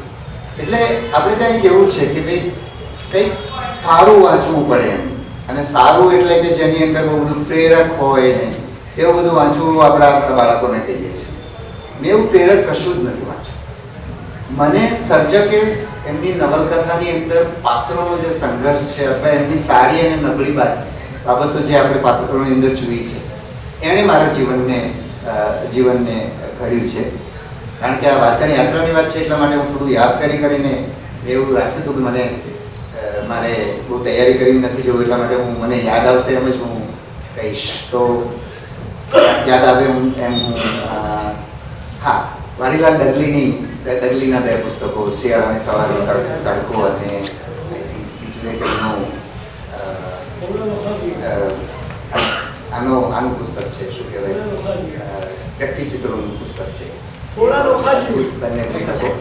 અને વાડીલાલ આઈ થિંક ધૂપસળી તો ઈશ્વર પેટલીકરનું છે, કદાચ હું માનું છું, વ્યક્તિચિત્રોના પુસ્તકોમાં. એટલે એમના વાડીલાલ ડગલીની કોલમ આવી સંદેશની અંદર, અને બહુ નાનકડી કોલમ, બહુ અદભુત કોલમ લખાતી હતી. પાછળની વાત કરી, કોલમોની વાત સાથે સાથે કરી લઈએ તો આઈ થિંક રઘુવીરભાઈની વૈશાખાનંદનની ડાયરી હતી, ભોળાભાઈ પણ કંઈક સરસ લખતા હતા. પછી અક્ષરથી દિવ્ય ભાસ્કરની અંદર અમૃતલાલ વેકડ, મને એમ લાગે છે કે ગુજરાતી ભાષામાં 2 જણને ટોચ ઉપર મૂકું, એક મહાત્મા ગાંધી અને એક અમૃતલાલ વેકડ, કે જેમણે ભાષા, અદ્ભુત ભાષા, ગુજરાતી ભાષા સરળતાથી અને ઉત્કૃષ્ટ ભાષા લખી હોય તો આ 2 લોકોએ લખી છે, અમૃતલાલ વેકડ. અને પછી અસ્મિતા પર્વ. એટલે ક્યાં આ જે વાંચનની દુનિયા મને ક્યાં લઈ ગઈ છે. મોરારી બાપુના અસ્મિતા પર્વમાં હું 3-4 વખત ગયો હોઈશ, ત્યાં અમૃતલાલ ભાઈને મળવાનું થયું, પછી ત્યાં રઘુવીરભાઈને ભોળાભાઈની સાથે બેસવાનું થયું. એની તો કેટલી મને ભોળાભાઈની સરળતાવાળી વાતો, બરાબર છે, અને રઘુવીરભાઈના કટાક્ષ. અને સામાન્ય રીતે આ જે સર્જનનું ક્ષેત્ર છે ને બ્રાહ્મણોનું ક્ષેત્ર છે મારી દૃષ્ટિએ, પણ આપણે ભોળાભાઈના લખાણો દ્વારા, અને રઘુવીરભાઈનું લખાણની તો વાત જ જુદી છે, પણ ભોળાભાઈએ જે લખ્યું છે એ સામાન્ય રીતે ઓછા સાહિત્યકારો, કે તમે ગદ્યમાં પદ્ય જોવા મળે, એમના જે પ્રવાસ વર્ણનો છે એ ગદ્યમાં પદ્યના સ્તરના પ્રવાસ વર્ણનો આપણને ભોળાભાઈની અંદર જોવા મળે. રઘુવીરભાઈ જ્યારે બોલવા, મતલબ સ્ટેજ ઉપર નાની વાતો જ એમને બહુ લાંબો, મેં કલાક સુધી નથી સાંભળ્યા, વચ્ચે જોડાણ માટે આવે તો એમણે જે વાતો કરી હોય અને જે એમની કહેવાની લઢણ, કે ખેડૂત પણ સાહિત્ય કેવી રીતે કરી શકે એનો આપણને રઘુવીરભાઈમાં એ પરિચય થાય. ત્યાં ઘણા બધા મને યાદ છે કે એક સરસ મુરારી બાપુને ત્યાં એકવાર બપોરે 2 કલાક, બપોર પછીના જે સેશન હોય એમાં 2 કલાકનો કવિતાઓનો કાર્યક્રમ છે અને એમાં સૌમ્ય જોશીને સાંભળ્યા છે, મીરાવાળી કવિતા બરાબર છે રાણાની. પછી એમાં મકરંદ મુસ્તળે કરીને વડોદરાના જે આપણે એમના બધા કાર્યક્રમમાં આપણે જે જોઈએ છે ને ઘણીવાર આપણા શું કહીએ ઉદ્ઘોષક કહીએ કદાચ કે સંકલનકાર કહીએ બરાબર. તો એ સંકલનકારો મુખ્ય વક્તા કરતા પણ છવાઈ જતા હોય એવું આપણે સામાન્ય રીતે જોતા હોઈએ છીએ. પણ મકરંદ મુસ્તળે એ કાર્યક્રમનું જે સંચાલન કરેલું એ કવિતાઓની વચ્ચે એક નાનકડી 1 કે 2 મિનિટની વાત એણે જે અદ્ભુત રીતે કરેલી એ મને આજે પણ યાદ આવે છે. એટલે મોરારી બાપુનું અસ્મિતાપર્વ હમણાં મેં સાંભળ્યું કે અસ્મિતાપર્વ બંધ થઈ ગયું, બહુ આમ દુઃખ થયું. કારણ કે અસ્મિતાપર્વમાં મેં અદ્ભુત લોકોને, સોનલ માનસિંહનું નૃત્ય જોયું છે, જયા પ્રદાનું નૃત્ય જોયું છે, કદાચ હેમા માલિનીનું પણ નૃત્ય મેં ત્યાં જોયું છે. અને મને યાદ છે કે મોરારી બાપુનો એક નાનકડો જરા વાંચનથી બહારની વાત છે છતાં પણ એક કરી લો કે હું ભાવનગરમાં એસપી હતો અને અમારે રાત્રે 10 વાગ્યા પછી માઇક ના વગાડી શકાય. અસ્મિતાપર્વ રાત્રે 12 વાગ્યા સુધી ચાલતું અને ત્યારે અમે એવું કહ્યું કે સરકારમાંથી તમારે મંજૂરી લઈ આવવી પડે. સરકારમાંથી મંજૂરી મળી નહીં એટલે 10 વાગે પૂરું કરવાનું થાય. જયા પ્રદાનું નૃત્ય હતું અને 10 માઇકા મિનિટ બાકી હોય કે 10 થઈ ગયા હોય અને પછી સ્ટેજ ઉપર પેલા મોરારી બાપુ આમ સન્માન માટે આવે એટલે કોઈ કે જયાજીને આમ વચ્ચે મોરારી બાપુ ઊભા છે, આ બાજુ જયાજી છે અને એ કોઈ જયાજીને માઇક આપવા માટે આમ આગળ કરે છે. કોઈ જયાજી 2 વાક્ય બોલશે, મોરારી બાપુ વચ્ચેથી માઇક લઈ લે છે કારણ કે રાત્રે 10 વાગે છે બરાબર. અને હું સ્ટેજ ઓડિયન્સમાં બેઠા હું ઓડિયન્સમાં છું. એટલે એવો અદ્ભુત બાપુ સાથેના પણ બાપુને હું એ રીતે યાદ કરું. હમણાં મેં ક્યાંક લખ્યું છે અથવા લખવાનું મારા મનમાં હતું કે એ જે નૃત્યનો કાર્યક્રમ ચાલતો આ બધું હું કદાચ વાચન યાત્રાના ભાગરૂપે કહું છું કે મને ખબર નથી, પણ આ મારા માટે જો મેં વાંચ્યું ના હોત તો આમાંનું કંઈ મારા માટે શક્ય નહોતું બરાબર છે. હું એકદમ મર્યાદિત જીવનવાળો વ્યક્તિ હતો એટલે મારા જીવનમાં જે વાંચવાની અસર જે છે ને એટલે જો મેં વાંચ્યું ના હોત તો વડોદરાની અંદર હું જે રીતે મારી કોલેજની હોસ્ટેલ હતી અને અમારે ત્યાં જે માહોલ હતો એમાંથી મેં આ સિવિલ સર્વિસની પરીક્ષા ના આપી. એટલે મેં વાંચવાનું શરૂ કર્યું ને પછી મને ત્યાંનું જીવન ઓર કાઢવા માંડ્યું. જીવન ગમતું નહોતું એટલે મેં વાંચવાનું શરૂ કર્યું અને વાંચવાનું શરૂ કર્યું એટલે જીવન વધારે કાઢવા માંડ્યું. એટલે અમારા લોકો રૂમ છોડે જ નહીં, એન્જિનિયરિંગના વિદ્યાર્થીઓ. એટલે મેં એવું શરૂ કર્યું કે હું કમાટી બાગ સુધી ચાલતો જાઉં પોલિટેકનિક હોસ્ટેલથી અને બાદમાં ચાલીને હું પાછો આવું. એટલે શરૂઆતમાં હું એકલો જ હોઉં, શરૂઆત કરી ત્યારે. એ જ રીતે અમારે સામે વડોદરાનો એક ઓવરબ્રિજ હતો એટલે દરરોજ સાંજે ઓવરબ્રિજના પેલા છેડા સુધી જવું. તમને એમ લાગતું છે કે આમાં શું મોટી વાત છે બરાબર છે, પણ એન્જિનિયરિંગનો વિદ્યાર્થી પોતાની રૂમ છોડીને મેઇન રોડ ઉપર પણ નહોતો જતો. એટલે બધું મને આ બધાથી હું જુદું જીવવાનું શરૂ કર્યું. ગાંધીજીની આત્મકથા વખતે મેં તમને કહ્યું કે મારો આત્મવિશ્વાસ બહુ ઓછો હતો અને મને લાગવા માંડ્યું કે આ બધા કરતાં હું જુદો છું અને એટલે મારામાં આત્મવિશ્વાસ આવવાની શરૂ થયું. મને યાદ છે કે હું ચાલું ત્યારે પણ મારા પગ હું પછાડીને ચાલતો કારણ કે મને એમ લાગે છે કે મારામાં હવે હું એકદમ જુદો માણસ છું બરાબર છે. આ વાર્તાનો આ વાંચનનો પ્રભાવ છે. મારી સાથે સાથે તમને જુદા જુદા પુસ્તકો પણ કહેવાના છે. ઉમાશંકર જોશીની સમગ્ર કવિતા પુસ્તક લઈ આવેલા બરાબર છે. અને પેલી દીકરી ગુજરી જાય છે અને પછી એની પેલી મિત્ર એક નાનકડી કવિતા છે, પછી બળતા પાણી કવિતા છે. બહુ ઓછી કવિતાઓ એમાંથી વાંચી છે પણ એ આજે મારી પાસે એ પુસ્તક છે અને મારાથી વંચાતું નથી. પણ એવા સરસ સરસ પુસ્તકો પણ મેં ખરીદીને પણ મારી પાસે રાખ્યા. કવિતાની પેલી સરસ આઈ થિંક આમની લોકમિલાપની નાની નાની પુસ્તિકાઓ, હા બહુ સુંદર પુસ્તિકાઓ છે. હમણાં જ મારા હાથમાં બધી આવી છે. પણ એટલે પછી જેવું મારું મતલબ આ મેં સિવિલ સર્વિસ પરીક્ષા આપવાની શરૂ કરી અને હું માનું છું ત્યાં સુધી પરીક્ષા આપતા એક તબક્કો એવો આવે કે જે મેં વાંચવાનું છોડ્યું અને લગભગ એવું લાગે છે કે એ મેં ક્યારેય લગભગ પાછું મારાથી શરૂ નથી થયું. હા, એના પછી હું વાંચું પણ બહુ ઓછું, બહુ થાકી ગયો હો ત્યારે હું વાંચું, અને થાકી ગયો ત્યારે વાંચું. એમાંનું એક પુસ્તક મારે તમને કહેવું છે, નાનકડી પુસ્તિકા, જે વિજયાબેન પંચોળીનું બાપુનો પ્રસાદ. આ પુસ્તક મેં લગભગ 5-1 વાર વાંચ્યું છે. બહુ નાનકડી પુસ્તિકા છે, અને બાપુ સાથે આવા અધિકારથી કોઈ એક વર્ત્યું હોય તો કદાચ વિજયાબેન એકલા જ છે એવું મને લાગે છે. મને રામચંદ્રભાઈ એ પુસ્તક આપ્યું હતું એમના પુત્રએ, બરાબર છે. પણ એક ગાંધીજીના પુસ્તકો વિશે પણ થોડી ઘણી વાત કરી લઈએ. બીજા મને યાદ આવશે તો તમે કહી શકો, પછી તમે પ્રશ્ન પૂછજો, કારણ કે મને બધું એટલું બધું ભેગું થઈ ગયું છે, બધું યાદ નથી આવતું, પ્લસ સમય પણ આપણી પાસે ઓછો છે. તો ગાંધીજીના પુસ્તકો વિશે આત્મકથાની તો વાત જ ના કરવાની હોય.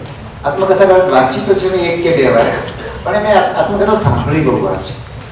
એટલે હું સુરત રેન્જમાં હતો એ વખતના સીએમ, અત્યારના આપણા વડાપ્રધાન, એમનો જેમ કાર્યક્રમ હોય, લાંબી પેલી 2 દિવસની યાત્રા હોય, બરાબર છે. તો મારી ગાડીની અંદર ગાંધીજીની આત્મકથા ચાલતો હોય. મેં સાંભળી, લગભગ 3-4 વખત સાંભળી છે, અને ક્યારે આજે પણ મને ફરી સાંભળવાનું મળે તો સાંભળવી ગમે. એ ક્યારે આપણને એમાં કંટાળવાનો કોઈ સ્કોપ જ નથી, એવો મારો અનુભવ છે. ગાંધીજીના સાથેના બધા પુસ્તકોમાં બીજા 2-3 પુસ્તકો, એક એમનું પેલું ગાંધીજીની યુરોપ યાત્રા, અને એક ગાંધીજીના જીવન પ્રસંગો, અને લુઈ ફિશરનું પેલું ગાંધીજી સાથે પખવાડી. આ 3 પુસ્તકો સૌથી પહેલા આત્મકથા આવે, પછી વિજયાબેનનું પુસ્તક આવે, પછી આ 3 પુસ્તકો આવે. એમાં ગાંધીજીની યુરોપ યાત્રા તો જેટલી વાર વાંચીએ એટલી વાર આપણને થાય કે આ કયા પ્રકારનો માણસ હતો, અંગ્રેજો સાથે લડવા ગયો, અને પ્રજા પણ કેવી હતી. એના માટે આપણને અંગ્રેજ પ્રજા માટે પણ ગૌરવ થવું જોઈએ કે જેની સામે એ લડે છે, અને જેના કારણે તેના કારખાના બંધ થઈ ગયા છે, અને એ કારખાનાના મજૂરો એની સાથે ફોટો પડાવે છે. અને એમાંની એક પેલી કોઈકે લખેલી વાત છે, પણ ત્યાં ગાંધીજી ત્યાં રોકાયેલા હોય છે, ત્યાંથી ચાર્લી ચેપ્લિન પસાર થતા હોય છે, અને કોઈ કહે છે કે ચાર્લી ચેપ્લિન અહીંથી પસાર થાય છે, એટલે ગાંધીજી કહે એ કોણ છે, અને પછી બંને જણ મળે છે, બરાબર. એટલે એ આખા જે યુરોપ યાત્રા તો આપણે એમ થાય દરરોજ એકવાર મતલબ વાંચી શકીએ. દરરોજ એકવાર વાંચવાની વાત કરું છું તો મને યાદ આવે છે, તો સાથે સાથે કહું કે મારી વાંચનની ઝડપ બહુ ઓછી છે. આપણે કદાચ સૌથી મોટી ભૂલ આપણા બાળકોને પેલું આમ બોલીને વંચાવીએ છીએ. એટલે મને જે લોકો બહુ ઝડપથી વાંચી શકતા હોય ને એ લોકો માટે બહુ જ મને ઈર્ષા આવે છે, અને મને કાયમ એ લઘુતા ફીલ થાય છે કે હું ઝડપથી વાંચી નહીં શકું.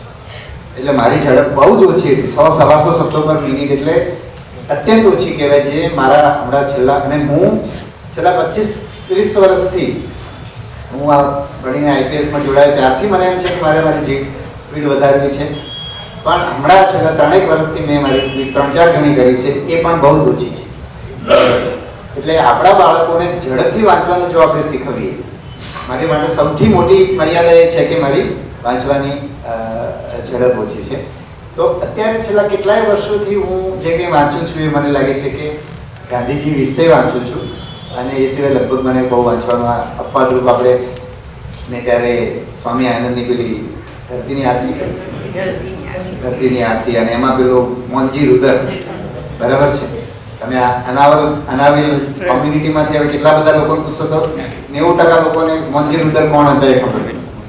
અને એ જે સંઘર્ષ, અને એમના જે પત્ની કે જેમણે જે એ સંઘર્ષ કર્યો છે, તો એ જ રીતે એવું જ એક પુસ્તક, મજાનું પુસ્તક છે છબી ભીતરની, અશ્વિન મહેતા, બરાબર. હું વલસાડ રહેતો, એમના ઘર આગળથી હું ઘણીવાર પસાર થતો, અને મને લોકો એમ કહેતા કે કોઈને મળતા નથી, અને મને થયું આ માણસે આપણે પ્રયત્ન કર્યો તો ના મળ્યા હોય તેવું ના બન્યું, એટલે એનો અફસોસ કાયમ રહે છે. હરીન્દ્ર દવેની પેલી ગાંધીની કાવડ, એ પુસ્તક પણ જબરજસ્ત અસર એણે મારા મન ઉપર કરી છે. હા, પેલું કોણ કહેતું હતું હમણાં કે આઈ થિંક રમેશભાઈ જ કહેતા હતા કે પુસ્તક માણસને બગાડી શકે એવું નહીં કહું મારા કિસ્સામાં. બગાડી શકે એમાં કોઈ શંકા જ નથી. મને તેનો અનુભવ એ રીતે છે કે ભાવનગરમાંથી એક દીકરી, હું જ્યારે ત્યાં એસપી હતો, દીકરી ઘરેથી જતી રહી, અને ઉત્તર પ્રદેશમાં, એટલે અમારે શોધવાની થાય, ઉત્તર પ્રદેશમાં ક્યાંક મળી આવે, કારણ કે પેલા પોકેટ બુક ટાઈપના પુસ્તકો થાય માંગતી હતી, અને એમાં આપણને જો પન્નાલાલનું ઘેલું લાગતું હોય તેને એના લેખકનું ઘેલું લાગે, એટલે ત્યાં લેખક સુધી પહોંચવાનો એણે પ્રયત્ન કર્યો, બરાબર છે.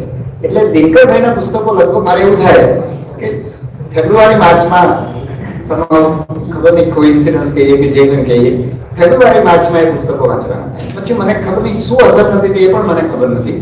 પણ એ પુસ્તકો લગભગ મેં છ પુસ્તકો દિનકરભાઈના વાંચ્યા છે. દિનકર જોશી, બરાબર. તો આમ મને આમ બધી દુનિયા વિચિત્ર લાગ્યા હતા. એટલે મને આમ બહુ શું અસર થતી મને ખબર નથી, પણ મને લાંબો સમય સુધી એનો અસર હતી. 2-3 અઠવાડિયા સુધી મને કંઈ કામ કરવું ગમે નહીં. પછી તો દિનકરભાઈને મળવાનું થયું. એમના ઘરે જઈને હું જમી આવ્યો છું, બરાબર છે, મુંબઈમાં. અને એ પેલું સરદાર ઉપર બહુ મોટું પુસ્તક કરતા હતા. તો વચ્ચે હું શાળા પ્રવેશોત્સવમાં 2011માં કે 12માં હું સુરત હતો. તો ત્યાં એક બારડોલી તાલુકાના કોઈ ગામમાં હું ગયેલો. તો કોઈક સરદાર સાથે જેમ એ સમયમાં જે કોઈ વ્યક્તિ હતા એમણે એ વખતના સરદારની પત્રો કે એવું કંઈક હતું. તો મેં એમની પાસે ઝેરોક્સ કરીને રાખ્યું અને મેં દિનકરભાઈને મોકલેલું. ઘણા સમયથી એમની સાથે વાત નથી, લગભગ 6-7 વર્ષથી. અને એ હમણાં મારું ધ્યાન ગયું કે એ પત્રો મારી પાસે છે. સરદારના પત્રોની વાત કરી છે, હમણાં જે નજીકનું વાંચ્યું એમાં સરદાર વિશે આપણે કહીએ છીએ કે લોખંડી પુરુષ છે. મને જરાય એવું વાત બરાબર નથી લાગતી, બરાબર છે. સરદાર મને બહુ જ કોમળ હૃદય વ્યક્તિ તરીકે હું એમના પત્રો જોઉં છું ત્યારે મને લાગે છે. અને એની અંદર એક વસ્તુ બરાબર છે, દેશ આઝાદ થાય છે, સરદારે દેશને એક કરવાની જવાબદારી આપણે જોઈએ છીએ. એના કરતા પણ એ વખતની જે પરિસ્થિતિ હતી ને એની અંદર સરદારની જે ભૂમિકા છે, આ પત્રો જે છે એ પત્રોની અંદર જે સરદારના પત્રો છે, એક માણસ બધા બદલાઈ ગયા.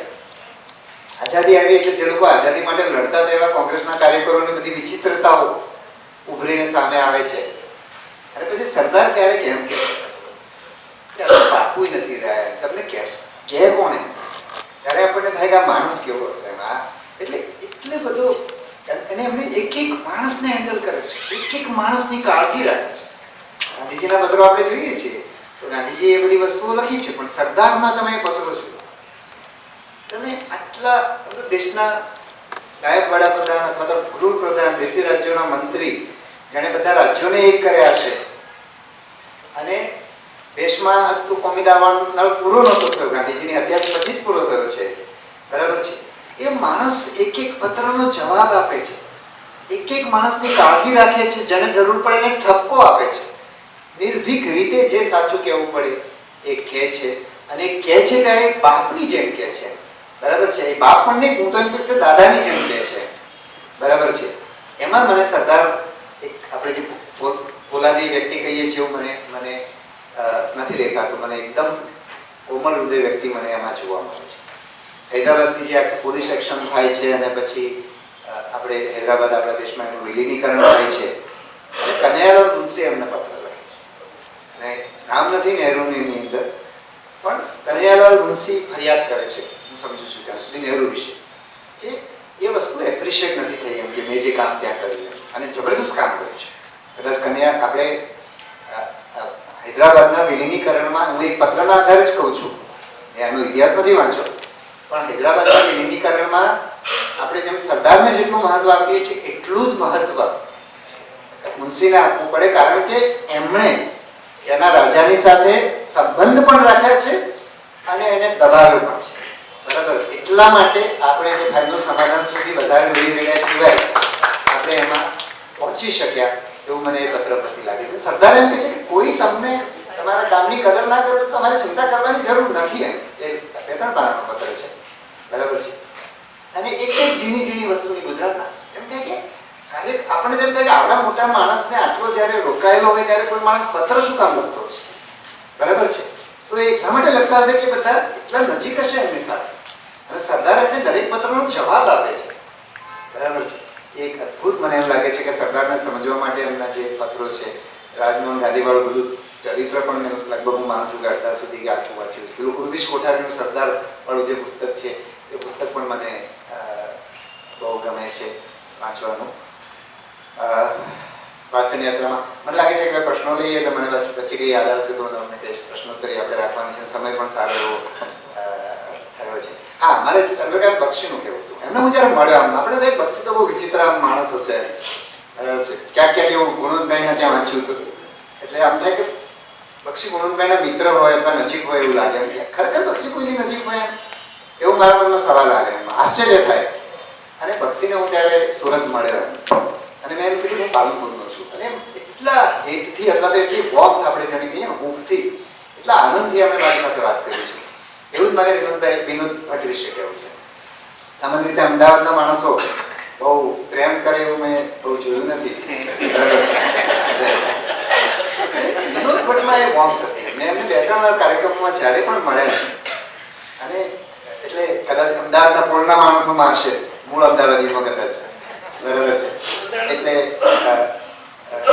એ મને વિનોદ ભટ્ટનું એ જ રીતનું યાદ છે. બીજા સાહિત્યકારો વિશે જો મને યાદ આવે તો તમને કહું. આમ નગીનદાસભાઈને આપણે સાહિત્યકાર તો ના કહીએ, બરાબર છે, પણ પત્રકાર તરીકે એમને જે મળવાનું થયું છે એનો પણ એક આનંદ છે. બાપુના ત્યાં ના, બલકે હા, નગીનદાસભાઈને મળવાનું એ રીતે થયું કે બાપુને ત્યાં કંઈ કાર્યક્રમ હતો, અસ્મિતા પરમ સિવાયનો કંઈ કાર્યક્રમ હતો, નગીનદાસભાઈ આવેલા. ત્યાં સુધી મેં એમને વાંચ્યા પણ નહોતા. અને મને આ બધા લોકોને સાંભળવાનો બહુ શોખ. એટલે હું છે ભાવનગરથી મહુવા ગયો હોય છે, અને એમણે એક વાત કરેલી કે ભાઈ એક વહાણ તૂટી ગયું. એક શું વાત હતી ખબર નહીં, પણ એમાં એમને એવું કીધું કે એક વહાણ દરિયામાં બંદરીએ તૂટી ગયું. અને પછી એના ઉપર એક કમિટી બેઠી, અને કમિટીએ 10 વર્ષ પછી એક નિર્ણય કર્યો કે ભાઈ આ જહાજ ચલાવનારની બહુ મોટી ભૂલ હતી. એટલે પછી નગીનદાસભાઈમાં એમ કહે છે કે ભાઈ તમે 10 વર્ષે નિર્ણય કરી શકાય કે એની ભૂલ હતી, એની પાસે તો 10 મિનિટ પણ નહોતી એમ નિર્ણય કરવા માટે. એ વસ્તુ મને બહુ સ્પર્શી ગઈ હતી. પછી તો બીજી વાર જ્યારે અમે બાપુને ત્યાં મળવાનું થયું, મારું પીએચડીનો થીસીસ મારે પૂરું કરવાનું હતું, સામે અસ્મિતા પર હતું. હું એ પૂરું કરીને હું ત્યાં બાપુને ત્યાં પહોંચી શક્યો હતો, કારણ કે પેલા આપણા મુકુલભાઈ કલાવતી, એમના દીકરી શું નામ, પ્રજ્ઞાબેન, પત્ની પ્રજ્ઞાબેન ત્યાં જતા હતા. એટલે પ્રજ્ઞાબેનની સાથે હું મોરારી બાપુને ત્યાં પહોંચી શક્યો. અને પછી ત્યાં નગીનદાસભાઈ એમના પત્ની ત્યારે બીમાર હતા, એટલે બાપુએ એમને ખાસ ત્યાં રાખેલા જેથી કરીને એમના પત્નીની કાળજી લઈ શકાય. એટલે નગીનદાસભાઈ ત્યાં રહેતા હતા એ સમયે. અને એટલે એમની સાથે બહુ નિરાંતે ભારતના રાજકારણની વાત એમની સાથે મારે થઈ હતી. ગાંધીનગર અહીંયા આવ્યા ત્યારે હું એમને ઘરે જમવા લઈ ગયો હતો. એટલે આના બધાને કારણે શાહબુદ્દીનભાઈ મારા ઘરે 2 દિવસ આવ્યા છે.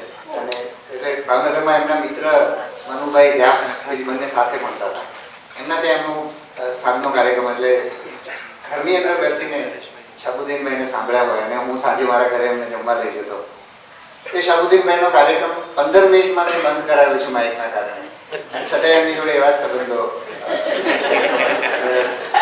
તો આઈ થિંક ઘણી બધી વાતો જે મને યાદ આવશે હું તમને કહીશ. પણ હવે આપણે તમારા કોઈ પ્રશ્નો હોય તો લઈએ. ટાગોરને કદાચ મેં નથી વાંચ્યા, એટલે એમાં પેલું ગીતાંજલિનો એક અનુવાદ આપણે અનુવાદ અમને પ્રકાશિત કર્યું. લોકવિલાપ સિવાયનું કયું હતું પ્રકાશન? ના, રમણીકભાઈ વાળું નહીં. એમના પેલા બીજા ભાઈ હતા ને, લોકવિલાપ સિવાય એમને પ્રસાર કરીને શરૂ પ્રસાર, એનું નામ ભૂલું છું. એમને ગીતાંજલિનો અનુવાદ ન અન્ય એટલે જે બંગાળી પુસ્તકોમાં, મૈત્રેયી દેવીના પુસ્તકોમાં ન અન્ય તમને યાદ છે. એ સિવાય એટલે નગીનદાસ પારેખે જે અનુવાદો કરેલા છે એમાંના 4-5 અનુવાદો વાંચ્યા હશે. ન અન્ય તો એ જ રીતે અમૃતાબેનનું રસની ટિકિટ, બરાબર છે, એનો ગુજરાતી અનુવાદ પણ બહુ અદભુત એ વખતે જ વાંચેલો છે. ધ્રુવ ભટ્ટના પુસ્તકો પાછળથી વાંચવાના થયા, તો એમાં સમુદ્રાંતે કે 2 વખત વાંચી હશે. આપણી મેં પૂરી નથી વાંચી, પણ પેલી કઈ નમામી દેવી નર્મદા છે કે કઈ છે બીજી તત્વમસી વાંચી છે. પણ એક આખી જે રેવા ફિલ્મ બની છે, બહુ નબળી ફિલ્મ બની છે મારું, બરાબર છે. એટલે તત્વમસી તત્વ જરાય એમાં આવતું નથી એમ. અને એમની કવિતાઓ, ધ્રુવભાઈની જે કવિતાઓ, એમની સરળતા, એટલે અત્યારે પણ ધ્રુવ ગીતો સાંભળવાનું ઘણી વાર થાય અને બહુ જ ગમે. આ વખતે તો આમ જનરલી સાંભળતો હતો, પણ આ વખતે મેં એને જોયા પણ ખરા સાથે રાખીને. તો એના જે પેલા વાંચનની બીજી પણ કેટલીક વાત કરું તો હવે તો કેટલું સહેલું થઈ ગયું છે વાંચન. હમણાં વચ્ચે મારી દીકરી હમણાં બહાર ગઈ છે, પણ વચ્ચે અમે એકાદ અઠવાડિયું 10 દિવસ એવા ગયા કે અમે સાંજે કંઈક વાંચતા, બરાબર. તો એમાં મેં પેલું લાડુનું જમણ પન્નાલાલ પટેલની પેલી વાર્તા અને અમૃત કાકીવાળી પેલી વાર્તા લોહીની સગાઈ, અને એ શીર્ષક ખબર નહોતી પણ મેં કીધું મંગુ નાખીએ આપણે ગૂગલમાં, એટલે મેં કીધું મંગુ કરીને એનું પાત્ર હતું એમ, બરાબર છે. એટલે મંગુ નાખ્યું એટલે લોહીની સગાઈ મળી આવે, બરાબર છે. અને એ વાત એ વાંચીએ ત્યારે આપણને આમ આપણી આંખો છલકાય. જન્મટીપ વાંચી છે પેટલીકરની, અને એમનું આઈ થિંક ધૂપ સ્થળી વાંચી છે જેમાં એમને વ્યક્તિચિત્રો કર્યા છે. મને સૌથી વધારે વાંચવાનું ગમ્યું હોય તો લોકો વિશે, કારણ કે જો આજ મને માણસમાંથી રસ પડીને એના કારણે હું આ બધું વાંચતો થયો. એટલે લેખકોને કવિઓ વિશે તો કોઈ પણ વ્યક્તિઓ વિશે વાંચવાનું થાય. એવી જ આપણે આઈ થિંક કહ્યું પેલું સંતપાલજીને એના વિશે લખેલું છે, કદાચ ધૂપસ્થળીમાં જ છે, જેની અંદર સંતપાલજી વિશે પણ એક લેખ છે. આઈ થિંક પેટલીકરના ધૂમકેતુની અંદર એવી વ્યક્તિઓ છે કે આપણે હવે આજે હરીશભાઈને આપણે કેટેગરીમાં મૂકી શકીએ એવા લોકો વિશે એમાં એની અંદર છે. શિયાળાની સવારનો તડકો તો 2-3 વાર વાંચીએ છે. તો આઈ થિંક હવે સમય પણ સારો એવો થયો છે. અને મેં કીધું બહુ વર્ષોથી મેં પછી વાંચવાનું મારું છૂટી ગયું છે, એનું કંઈક બહુ નુકસાન પણ હું અનુભવું છું. આટલું બધું વાંચ્યું તો ક્યારેક કંઈક લખવાનું થયું હોય અથવા લખવાની ઈચ્છા થઈ? હા, લખવાનું થયું છે. મારે 1-2 લાઇબ્રેરીના અનુભવ પણ મને કહેવા જોઈએ કે હું સુરત રહેતો ને તો મારા ઘરથી નર્મદ લાઇબ્રેરી બહુ નજીક હતી, એટલે હું ચાલતા જાઉં તો લગભગ 20 મિનિટ થાય, અને એમાં ટ્રાફિક બિલકુલ ના આવે. હું ખેતરની વચ્ચે એમાં કૃષિ ફાર્મ હતું, એની કૃષિ ફાર્મ હતું, ત્યાંથી અમારે કૃષિ વિભાગનું ફાર્મ હતું, ત્યાંથી ચાલી જવાનું. મારી દીકરીને લઈ જાઉં. અને લાઇબ્રેરી, સારી લાઇબ્રેરી એ વખતે ગુજરાતમાં બધી લાઇબ્રેરી એટલી સારી નહીં હોય, બરાબર છે, પણ એ સુરતની નર્મદ લાઇબ્રેરી બહુ સુંદર રીતે સજાવેલી, ગોઠવેલી પહેલી વાર લાઇબ્રેરી, અને એનો બાળકોનો જે વિભાગ હતો, બરાબર છે. મારી દીકરી ત્યારે 3 વર્ષની હતી, વાંચતા શીખી નહોતી, બરાબર છે. ત્યારે હું એને લાઇબ્રેરી લઈ જતો અને બહુ જ બધો સમય એની અંદર આપતો. એની સાથે સાથે મારે બીજી એક વસ્તુ કહેવી જોઈએ કે બીએમ દસ્તુરના કોલમ પણ મેં બહુ રેગ્યુલરલી વાંચી છે. અને એમણે એક વસ્તુ, મારી દીકરી જ્યારે 6 મહિનાની હતી ત્યારે એવું કીધું હતું કે બાળક જ્યારે એને વાંચતા ના આવડતું ત્યારે એની પાસે પુસ્તક તો મૂકવાનું, બરાબર છે. મારે એ પણ કહેવું જોઈએ શાળાઓની ભૂમિકાના સંદર્ભમાં કે વડોદરાની, મારી દીકરી ત્યાં લગભગ 3-4 મહિના જ ભણી છે, વડોદરાની બરોડા હાઈસ્કૂલ, એની લાયન્સ ક્લબ એ હાઈસ્કૂલ ચલાવે છે, અને એ હાઈસ્કૂલમાં એ ભણતી તો એને ત્યાં પેરેન્ટ્સ માટે પણ લાઇબ્રેરી હતી. એટલે મા બાપ, એટલે શાળા છે બાળકને પણ પુસ્તક આપે, એટલે બાળ મંદિર હતું, એટલે શાળા ભણાવે કંઈ નહીં, દરરોજ એક કાગળ આપે, એક ચિત્ર દોરવાનું હોય, આ એક જ કામ બાળક કરીને ઘરે આવે 4 કલાકમાં, અને એક પુસ્તક બાળક લઈને આવે, બાળકને 2-3 દિવસમાં પાછું લઈ જવાનું, અને વાલીઓ માટે પણ પુસ્તક શાળા આપણને મોકલે. આ મેં વડોદરાના બરોડા હાઈસ્કૂલમાં જે તે વખતે જોયેલું. અને મેં હાઈસ્કૂલ પસંદ કરી હતી. તમને જ્યારે આ થોડીક આડ વાત થઈ જશે પણ કહું કે મેં વડોદરાની ઘણી બધી શાળાઓ ત્યારે જોયેલી. ત્યાં એક યુરો કિડ્સ કરીને એક શાળા હતી, પછી દિલ્હી પબ્લિક સ્કૂલ, બરાબર છે. એ થોડું બહુ આડ વાત થઈ જશે, પણ વડોદરા હાઈસ્કૂલ મેં એટલા માટે પસંદ કરી હતી કે હું ત્યાં ગયો ને તો એક બાળક વર્ગમાંથી પેશાબ કરવા ગયું છે, અને ત્યાં શાળાના કેમ્પસમાં વચ્ચે એક નાનકડું સસલાઓનું નાનકડું ઘર હતું. એટલે બાળક પેલું પેશાબ જઈને પાછું આવીને ત્યાં સસલા સાથે રમતું તો પાછું વર્ગમાં તો પહોંચ્યું જ નહીં.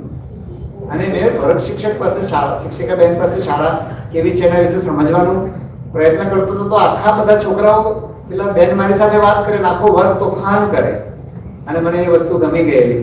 અને મેં મારી દીકરીની એવી સારી શાળા એ પછી ક્યારેય જોઈ નથી. કમનસીબ મારી 4 મહિનામાં ત્યાંથી બદલી થઈ ગઈ, એટલે હું એ લાંબુ સમય રહી નહીં શકી. તો હા, તમે કંઈક પ્રશ્ન પૂછ્યો હતો કે ચાલો લખવાનું, યસ. સો હા, ત્યારે મને લખવાનો બહુ શોખ, એટલે ઈચ્છા બહુ હતી, કારણ કે લેખક આટલો જોરદાર હોય તો આપણે ક્યારેક લખીએ તો કેટલું સારું પડે. એટલે સંદેશમાં હું જ્યારે 11માં મળતો હોય, સલામત આંદોલન હતું, એટલે 11મું ધોરણ હતું છે, બરાબર, ત્યારે સંદેશમાં એક પેલી સ્પર્ધા થઈ હતી, તમે લખી શકો એમ. એટલે મેં બહુ બધું લખીને મોકલેલું, મને કઈ પ્રકાશિત થયું. પછી ચાંદનીમાં એક વાર, ચાંદની હતું ને ચાંદની ખબર નહીં, એમાંથી એકમાં મારું કંઈક નાનકડું આવ્યું હતું, અને મને બહુ જ જબરદસ્ત આનંદ થયો હતો. પછી હું જ્યારે વડોદરા, મતલબ સુરતમાં, હું લાઇબ્રેરી જાઉં દીકરીને લઈને, એટલે હું લાઇબ્રેરીમાં બેસીને પેરેન્ટિંગના મેં 5 લેખો લખ્યા. અને ત્યારે મેં સરકાર મને એમ થયું મારે ક્યાંય પ્રકાશિત કરવું હોય તો મારે સરકારને પૂછવું પડે, એટલે મેં સરકારમાં મોકલ્યા. અને સરકારમાં પણ નિખિલ ભટ્ટ કરીને એક અધિકારી છે, એમણે જોઈને એમાંથી થોડી નાની જોડણીની ભૂલો કાઢીને પાછું મોકલ્યું. પછી એવું થયું કે જ્યારે હું ભાવનગર હતો તો ત્યાં મહિલા કોલેજની જે સંસ્થા છે એ લોકો પુસ્તક પ્રકાશનનું કામ કરતા, કારણ કે જયેન્દ્રભાઈ ત્રિવેદી ત્યાં બહુ લાંબા સમય સુધી આચાર્ય હતા, બરાબર.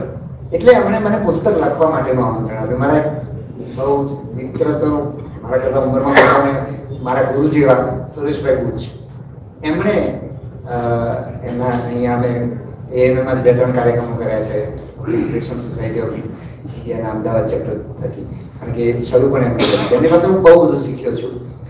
પણ એ પબ્લિક રિલેશનના માણસ હતા એટલે મારા માટે એ જ આમંત્રણ લઈ આવ્યા છે. એટલે મેં પહેલી વાર ત્યાં મારે પુસ્તક લખવાનું થયું. એ પુસ્તકનું નામ શું હતું? ચાલો વિકસીએ, ચાલો વિકસવા દઈએ. બહેનોનો વિકાસ કેવી રીતે કરવો એ રીતે પુસ્તક લખ્યું. જે એટલે એના લખ્યા પછી મને લાગે છે ત્યાં સુધી સુરેશભાઈ જ કદાચ ફૂલછાપમાં કીધું હશે. એટલે ફૂલછાપમાં બાળકો માટેની કોલમ થઈ, એના 3 પુસ્તકો થયા. પછી એ કોલમ બંધ થઈ, વળી પાછા સ્વ વિકાસની કોલમ ફૂલછાપમાં પાછી શરૂ થઈ, ત્યારે લખાણું સંદેશમાં થોડા ટાઈમ લખ્યું છે. અત્યારે દિવ્યભાઈ ભાસ્કરમાં લખું છું. 10 પુસ્તકો પ્રકાશિત થયા છે. પણ હવે બહુ મને આમ પહેલા એક ટાઈમ હતો કે ફૂલછાપમાં કોલમ ચાલુ રહે તો સારું એવું લાગતું. પણ આ વખતે દિવ્ય ભાસ્કરમાંથી આમંત્રણ મળ્યું ત્યારે એવો પેલો નથી કે બહુ હવે લખવું જ છે, હવે એટલો આગ્રહ નથી એમ, બરાબર છે. ક્યારેક હું મારું જૂનું વાંચું, હમણાં જ બધા જૂની ચોપડીઓ અમે જોતા હતા તો એક જૈન સાધુ પેલા ઉદય વલ્લભ મહારાજ સાહેબ છે, એમનું પુસ્તકનું મેં પ્રસ્તાવના લખી છે. તો મેં વાંચ્યું મને હું આવું સારું લખું છું એમ. ઘણી વાર આપણને પણ આપણા લેખનથી આને કદાચ આટલા સમયમાં મારું લખાણ કદાચ વધારે કટાઈ ગયું હશે વાંચતું હું ગાંધીજીનું પેલું મેગેઝિન અકાલ પુરુષ અથવા તો પેલા શું નામ હતું એ પણ મને સુરેશભાઈ પૂછે સૌથી પહેલા આપ્યું હતું, શરૂઆત કરી આપી હતી. અને અત્યારે એમાંથી જે ગાંધીજી સાથે જે લોકો સીધા સંકળાયેલા છે, ગાંધીજી વિશે કોઈ વિશ્લેષણ કરે એવું નથી વાંચતો. ગાંધીજી સાથે એ વખતના જે અનુભવો છે એ વાંચવા મને હું ગમે છે. રમેશભાઈ સંઘવીને ઘણી વાર કહું પણ છું કે તમે આવું જ વધારે આપો એમ, કે એ સમય. અને હમણાં હા સરસ એક તમને છેલ્લી વાત કરું તો હમણાં 1.5 મહિના પહેલાની વાત હશે, દિવાળી આઈ થિંક જસ્ટ પહેલા કે એવો ટાઈમ હતો. અને એવું થયું કે આમ સામાન્ય રીતે મારે સવારે હું ઉઠું ને એટલે હું યોગ કરીને સીધો ઓફિસ જાઉં, મતલબ મોડો ઉઠું છું અને યોગ કરીને સીધો ઓફિસ જાઉં તો મારી પાસે સમય ના પડે. એક દિવસે એવું થયું મારી પાસે 1 કલાકનો સમય હતો, એટલે મને સવારે ઘરે સમય કેવી રીતે કરવો હોય છેલ્લા 1 વર્ષથી હું ભૂલી ગયો છું જીપીએસસીમાં આવ્યા પછી. સામાન્ય રીતે હું અમદાવાદ આવું ને તો મને આમ બહુ ખરાબ લાગતું, કારણ કે મને ટ્રાફિક બધું જોઉં ને બહુ તો ના ગમે. આજે પહેલી વાર મને સારું લાગતું. હું રસ્તામાં આવતા હોતો વિચાર કરતો હતો, કારણ કે હું માણસ જોતો જ નથી, બરાબર છે. મારી ઓફિસથી ઘરેથી ઓફિસ જતા 1 થી 1.5 મિનિટ થાય છે, એટલે હું મશીનની જેમ હમણાં કામ કરું છું, બરાબર છે. એટલે એ દિવસે મારી પાસે સવારે કલાક હતો અને એ કલાકમાં મને કંટાળો આવતો. એમાં મને અહીંયા જ એમાં એક પ્રદર્શન હતું જૂના સમયનું ટિકિટોનું કંઈક, અને હિમંતભાઈ પુરોહિતે મને કદાચ એમણે જ આપ્યું છે પુસ્તક, એક અંગ્રેજીમાં પુસ્તક છે, અમેરિકન પત્રકાર એ મારા હાથમાં આવી ગયું. અરે દાદા ઘણા સમયથી ત્યાં પડી હું અંગ્રેજી વાંચતો નથી, કારણ કે ગુજરાતીમાં મારી સ્પીડ નથી, તો અંગ્રેજીમાં તો ક્યારે પાર આવે, બરાબર. એટલે અંગ્રેજી પણ એ દિવસે મેં એને પુસ્તક, અને મારા માટે કંટાળો આવે એટલે ગાંધીજીનું કોઈ પુસ્તક પકડવાનું, એટલે પેલું નારાયણભાઈ દેસાઈનું પેલું પુસ્તક છે મને કેમ વિસરે રે, એ પુસ્તક મેં 3 વખત વાંચ્યું હશે, બરાબર. એટલે મને કંટાળો આવે એટલે ગાંધીજીના વખતના અનુભવ વાળું પુસ્તક હોય ને એવું, એટલે બીજા બેનનું એટલા માટે જ હું લઉં, બરાબર. એટલે આ પુસ્તક મેં હાથમાં લીધું અને એ પેલો ગાંધી ઇરવિન પેક્ટ થયો અને પછી રાધર ગાંધી અને ઇરવિનનો જે સિમલામાં જે બંનેને મળવાનું થાય છે એ સમય છે. મેં 2 પાના વાંચ્યા એટલા મારી દીકરી આવી એટલે કે હું વાંચી આપું, ના હું વાંચીશ તો જ મજા આવશે. હવે મને હું ચશ્મા પહેરતો નથી એટલે મને પછી થોડો ટાઈમ પછી થાક લાગે એટલે મેં એને આપ્યું, એને વાંચવાનું શરૂ કર્યું અને 5-7 પાના વાંચી લીધા. અને પછી એટલો બધો રસ પડ્યો તો સાંજે મારે ડેન્ટિસ્ટને બતાવવા જવાનું હતું. મેં કીધું એક કામ કરતું, સાંજે સાથે આવી જાય, આપણે રસ્તામાં વાંચશું, બરાબર. એટલે અને અમે ત્યાંથી ડેન્ટિસ્ટના ત્યાં ગયા એમ કે ત્યાં વેઇટ કરવું પડે તો ચોકડીની ઉપર જ આવી જાય ડેન્ટિસ્ટના ત્યાં, આપણે સાથે જ વાંચશું એમ. તો એ પુસ્તક એ વાંચ્યું ને અને પછી રિટર્નમાં અમે જતા ત્યારે પેલી અમદાવાદવાળી ઘટના એ 1920ની સર્કિટ હાઉસની અંદર ગાંધીજીની સુનાવણી આપણે કહીએ, બરાબર છે. અને એ જે ગાંધીજી એમાં જે લખ્યું છે, બરાબર છે, આપણે એમ થાય કે આપણે ક્રાંતિકારી વીર ભગતસિંહની વાત કરીએ, બરાબર છે, કે કેવા માણસો છે એમ, કેટલા કેવા લડાયક હશે. અને ગાંધીજીનું એ લડાયક સ્વરૂપ એકદમ બહુ જેન્ટલી જે વાત કરે છે. એટલે મારી દીકરી વાંચતી હતી ને એમ થોડીક માઇલ્ડ સ્વભાવની છે. એ વાંચતી હતી તો એ જાણે કોઈ મોટું ભાષણ આપતી હોય ને એમ વાંચતી.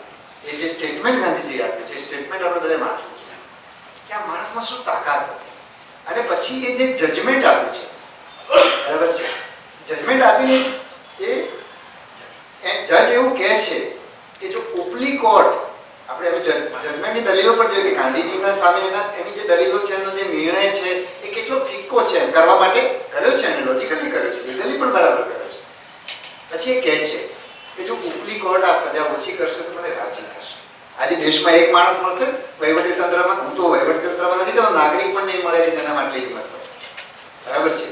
એ અંગ્રેજ લોકોને આપણે ગમે તેટલી ટીકા કરી, આપણા દેશને લૂંટી જ ગયા છે, આપણે ભિખારી એટલે જ થઈ ગયા છે, એમાં કોઈ શંકા નથી.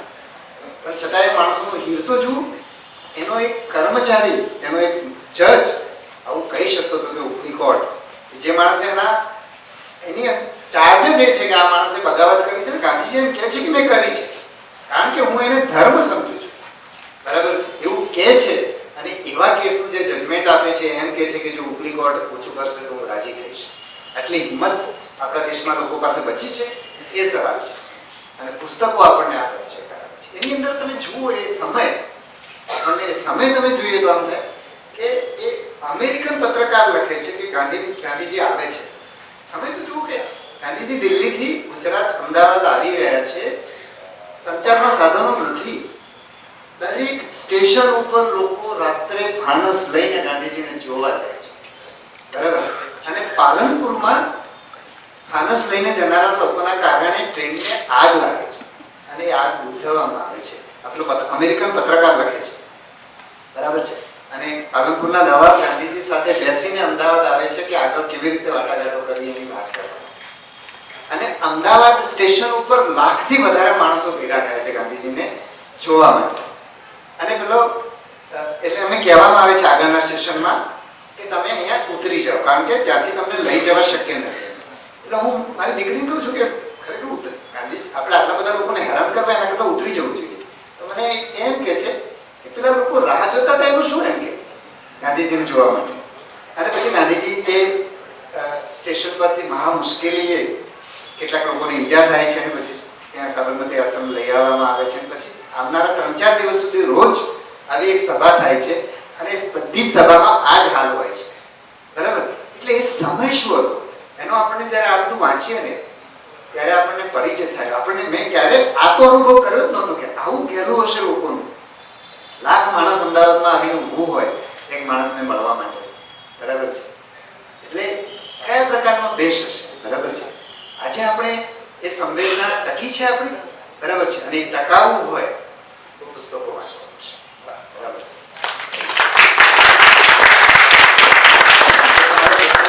દસેક પુસ્તકો થઈ ગયા છે, ગુર્જરે કર્યા છે. એક પ્રશ્ન, ગાંધીજીને આટલા બધા તમે વાંચ્યા છે તો એ આટલું બધું કેવી રીતે કરી શકતા હતા? એક તો સહસર્જન, પાછું વાંચવું, પાછું એમને લખવું, પછી દેશની આટલી બધી સમસ્યાઓ, પાછો આશ્રમ સંભાળવો, બાકી બધી જાત જાતના લોકો આવે તેને મળવું, પાછા પત્રોને જવાબ કરવા. આમાં તમને કંઈ દેખાણું હોય તો? બિલકુલ, ગાંધીજી સમયનો ઉપયોગ તો તમે જુઓ, બરાબર છે. એમણે જે સમયનો ઉપયોગ કર્યો. પછી જેલની અંદર આ બધા લોકોએ બહુ મોટું કામ કર્યું છે. નહેરુજીએ પણ જે લખ્યું છે જેલમાં, ઇન્દિરાને પત્રો લખ્યા છે, એ બધા પણ જેલમાંથી લખ્યા છે. એટલે ગાંધીજી તો એના સમયનો ઉપયોગ તો એ માણસમાંથી જ આપણે બધા શીખવું પડે છે. મને હું અત્યારે કહ્યું છું હું મશીનની જેમ કામ કરું છું, તો ગાંધીજી સાથે હું મારી જાતને સરખાવું તો મને એમ થાય કે મારો એક પણ એવો સમય નથી હોતો કે જો હું ઘરે રિલેક્સ થતો હોઉં પરિવાર સાથે, એ પણ મારી નેક્સ્ટ દિવસ બીજા દિવસની પ્રોડક્ટિવિટી માટે હોય છે. એટલે ગાંધીજીએ સમયનો જબરજસ્ત ઉપયોગ કર્યો છે. એમની સાથે ચાલતા, બરાબર છે, એમની મુલાકાતો ચાલતા ગોઠવાય. આજે લુઈ ફિશર જે પત્રકાર છે એણે જે ગાંધીજી સાથેનું પખવાડિયું લખ્યું છે એ એમની સાથે ચાલતા વાત, બરાબર છે. એટલે એમણે જે સમય, અને ક્યાંક ક્યાંક તો એટલો ખરાબ સમય આવે છે કે માંડ બચ્યા છે. એમનું બીપી બહુ ઊંચું રહેતું હતું અને દિવસની 7-8 સભાઓ કરી. અહીંથી બેંગ્લોરની આજુબાજુ કર્ણાટકમાં એકવાર એવી જ પરિસ્થિતિ હતી કે માંડ જીવી શકે એમ, બરાબર છે. ઉચકીને મૂકવા પડે સ્ટેશનની ટ્રેનની અંદર, એવી સ્થિતિ હતી. અને એવા ટાઈમમાં પણ એમણે 7-8 સભાઓ કરેલી હોય, બરાબર છે. એટલે ગજબ મહેનત કરી છે. મહેનતની તો કોઈ મર્યાદા નથી. સાથે સાથે મને પેલું મુકુલભાઈનું એક પુસ્તક, મને યાદ નથી આવતું નામ એનું, પણ એ મારી દીકરીનું પણ બહુ ફેવરિટ પુસ્તક છે, જેમાં ગાંધી, સરદાર અને મહાદેવભાઈ એરોડાની જેલની અંદર હોય છે ને, એમના નાના નાના પ્રસંગો છે. અને આ બધું સરદારનું એક સ્વરૂપ આપણે એમાં જોવા મળે છે કે સરદાર તો છે ને હમણાં એક પછી એક કહેવતો ઠોકવાની શરૂ કરશે, એમ એવો એક શબ્દ પણ છે એની અંદર, બરાબર છે. એટલે એ રીતે અને સરદારનો બાપુ પ્રત્યેનો જે આદર, બરાબર છે, એની અંદર આપણે જોઈએ એમ કે છે કે બાપુ તો કોઈની સેવા લેતા નથી એમ, બરાબર છે. તો બાપુ તો ખાલી આટલી ખજૂર ખાતા હોય, બે વધારે ખાય તો શું વાત હોય, બરાબર છે. કયા પ્રકારનો આદર છે. અને ગાંધીજીની સૌથી મોટી, અમારે નગીનદાસભાઈ સાથે જે વાત થઈ તો તમને ક્યારેક ગમત કહીશ, પણ ગાંધીજીની સૌથી મોટી વસ્તુ એ હતી કે એમની સાથેના માણસો એમના કરતા વધારે તેજસ્વી હતા, બરાબર છે, પણ એ માણસો એમનું સન્માન કરતા હતા, કારણ કે ગાંધીજી પણ એમનું એટલું જ સન્માન કરતા. એટલે આઈ થિંક તમારો પ્રશ્ન હું ભૂલી ગયો છું, પણ પછી પૂછી લેજો, કોઈને રહી જાય તો પૂછી લેજો. બીજા કોઈ મારો પ્રશ્ન છે કે બસ છેલ્લો રાખી કે સમય થવાનો છે. જો બીજો કોઈ વ્યવસ્થા ના થાય તો થોડો સમય લઈ લે. આ પ્રશ્ન તો આપણે જવાબ આપીએ. મારો એક પ્રશ્ન છે કે આ પુસ્તકોની વાંચન યાત્રા થઈ, એમાંથી આપના જીવનના નિર્ણયો પ્રોફેશનલ કે પર્સનલ લાઈફની અંદર એમાં કોઈ નિર્ણય લેવી રીતે એક્સ લેવાનો હોય, પછી આ વાંચ્યા પછી કંઈક વિચાર આવત પછી એ નિર્ણયો બદલાવાનો હોય, એવો કઈ સ્વાનુભવ? ના, એવા અનુભવ એટલા માટે નથી થયા કે આ બધું તો અંદર થઈને પડેલું હતું ને, એટલે નિર્ણયોમાં સ્વાભાવિક રીતે આ બધી વસ્તુઓ આવી જતી હોય. એટલે અત્યારે હું જે તમને આ પુસ્તકોની વાત કરું છું એવી હું મારા ઘરે વાત કરતો, એટલે મારા ઓફિસનો એવો અનુભવ હોય, બીજા કોઈનો તો બહુ રહે, પણ બીજા કોઈ નહીં ક્યારેક જોયા કે આ માણસ કેવો જોરદાર છે, કેવા પ્રકારની કઈ રીતે કામ કર્યું છે, કયા સંજોગોમાં કામ કર્યું છે. એટલે મેં જે વાંચ્યું છે અથવા જેણે મને જે વાંચન મને સ્પર્શ્યું છે એવું હું મારા જીવનમાં સતત કરતો આવું છું, અને બીજા લોકો પણ કરતા હોય તો મારું તરત એમાં ધ્યાન જાય છે. એક પ્રશ્ન એ છે કે હમણાં જે વાંચ્યું એવું કોઈ પુસ્તક આપના હાથમાં આવે કે છે કે આ નહોતું વાંચવાનું મારે, એ કન્સર્ન એ છે પૂછવાનું કે અમને ખબર પડે કે કોઈ એવું પુસ્તક હાથમાં આવે તો એવી કઈ સાઇન કે આ પુસ્તક નથી વાંચવું. એટલે એક તો પુસ્તક છે ને આપણને પકડી રાખવું જોઈએ, મને મારી સમજ મુજબ તો, બરાબર છે. હવે જો તમે એમાં પુસ્તકમાં આપણે જે વાંચનની, અમે તો પછી સાહિત્ય ભણ્યા, બરાબર છે, એટલે શિરીષભાઈ પંચાલ પાસે હું ભણ્યો છું, એટલે કદાચ એ કોટીના શિક્ષક કે જે વિવેચક છે મૂળે, એટલે વિવેચક તો લેખનના આમ, એટલે દાખલા તરીકે કહીએ કે કનૈયાલાલ મુનશીની નવલકથાઓ ઇતિહાસ પણ નથી ને નવલકથા પણ નથી, બરાબર છે, એ ત્યાંથી વાત શરૂ થાય, બરાબર છે. તો તો એટલે એ વાંચ્યું, ધારો કે ભરેલું અગ્નિ મેં વાંચ્યું છે, ત્યારે તો હું સાહિત્ય ભણેલો હતો, પણ મને તરત લેખકનો જે અવાજ ત્યાં દેખાણો એ મને ત્યાં, આ તો હું પાછળથી ખબર પડે કે લેખકનો અવાજ આવે નહીં એની કૃતિની અંદર, બરાબર છે. એટલે તમે વાંચો, પણ હવે જુઓ તમે સાવ નિમ્ન કક્ષાનું વાંચતા હો તો તમને ખબર પણ નહીં પડે, બરાબર છે. પણ હું એવું સમજુ કે જેમાં ફોર્મ્યુલા હોય, દાખલા તરીકે યુ કેન વિન, એ મને વાંચવું ના ગમે. એક સમય એવો હતો કે પેલી the monk who sold his Ferrari ત્યારે ગમી હતી, પણ હવે કદાચ ના વાંચ્યું. એટલે જેની અંદર પ્રેરણા હોય, ફોર્મ્યુલા હોય, ટિપ્સ હોય, એવા પુસ્તકો મને નથી લાગતું કે આપણને ઇમ્પ્રેસ કરી શકે, આપણને સ્પર્શી નહીં શકે, આપણને પ્રભાવિત નહીં કરી શકે, આપણા જીવનને નહીં બદલી શકે. મેઘાણી વિશે કંઈક કહો. મેઘાણી વિશે સર, એક વાત મને કહેવાની ઈચ્છા થાય છે કે આપના જીવનમાં જે વિનમ્રતા અને જે સાલસતા છે, મને લાગે છે આ પુસ્તકોનો ખૂબ મોટો પ્રભાવ લાગે છે.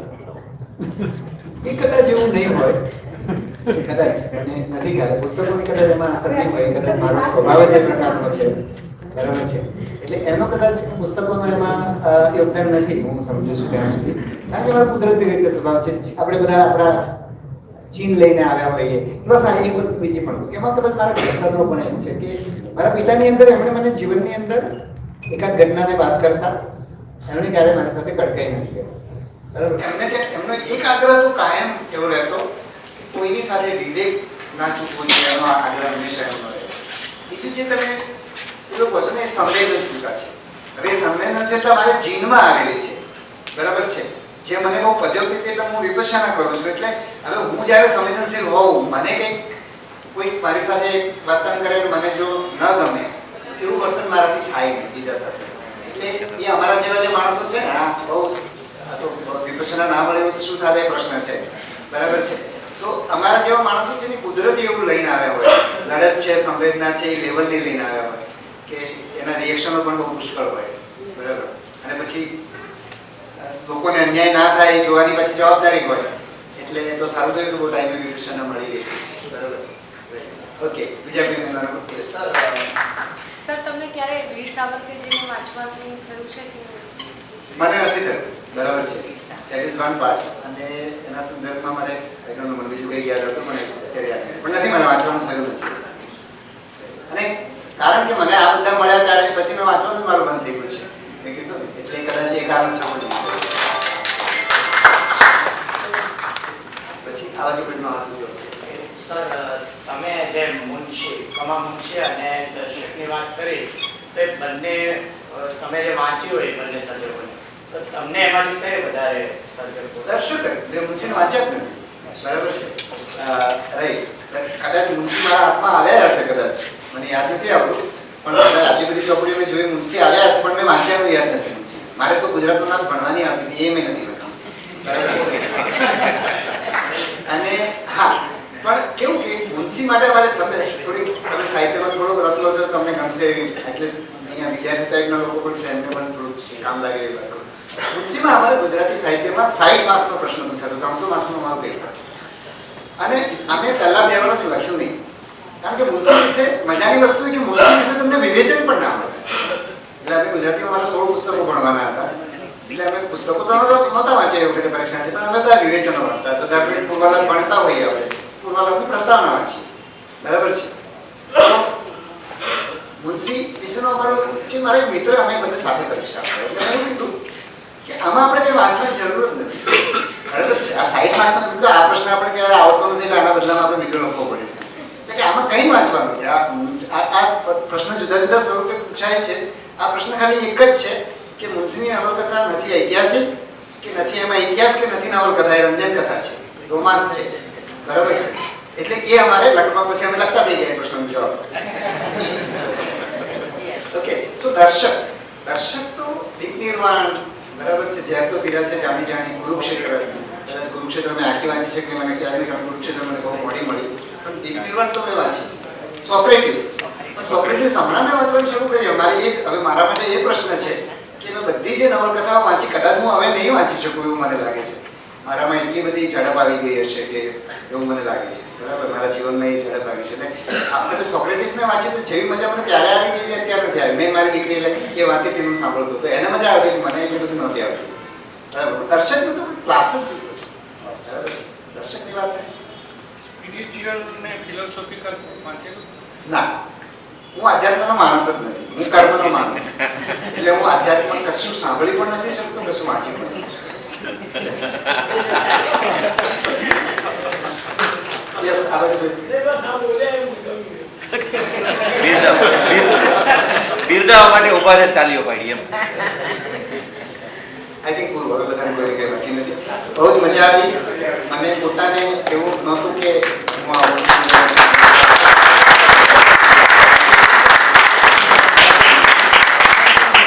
જોરદાર.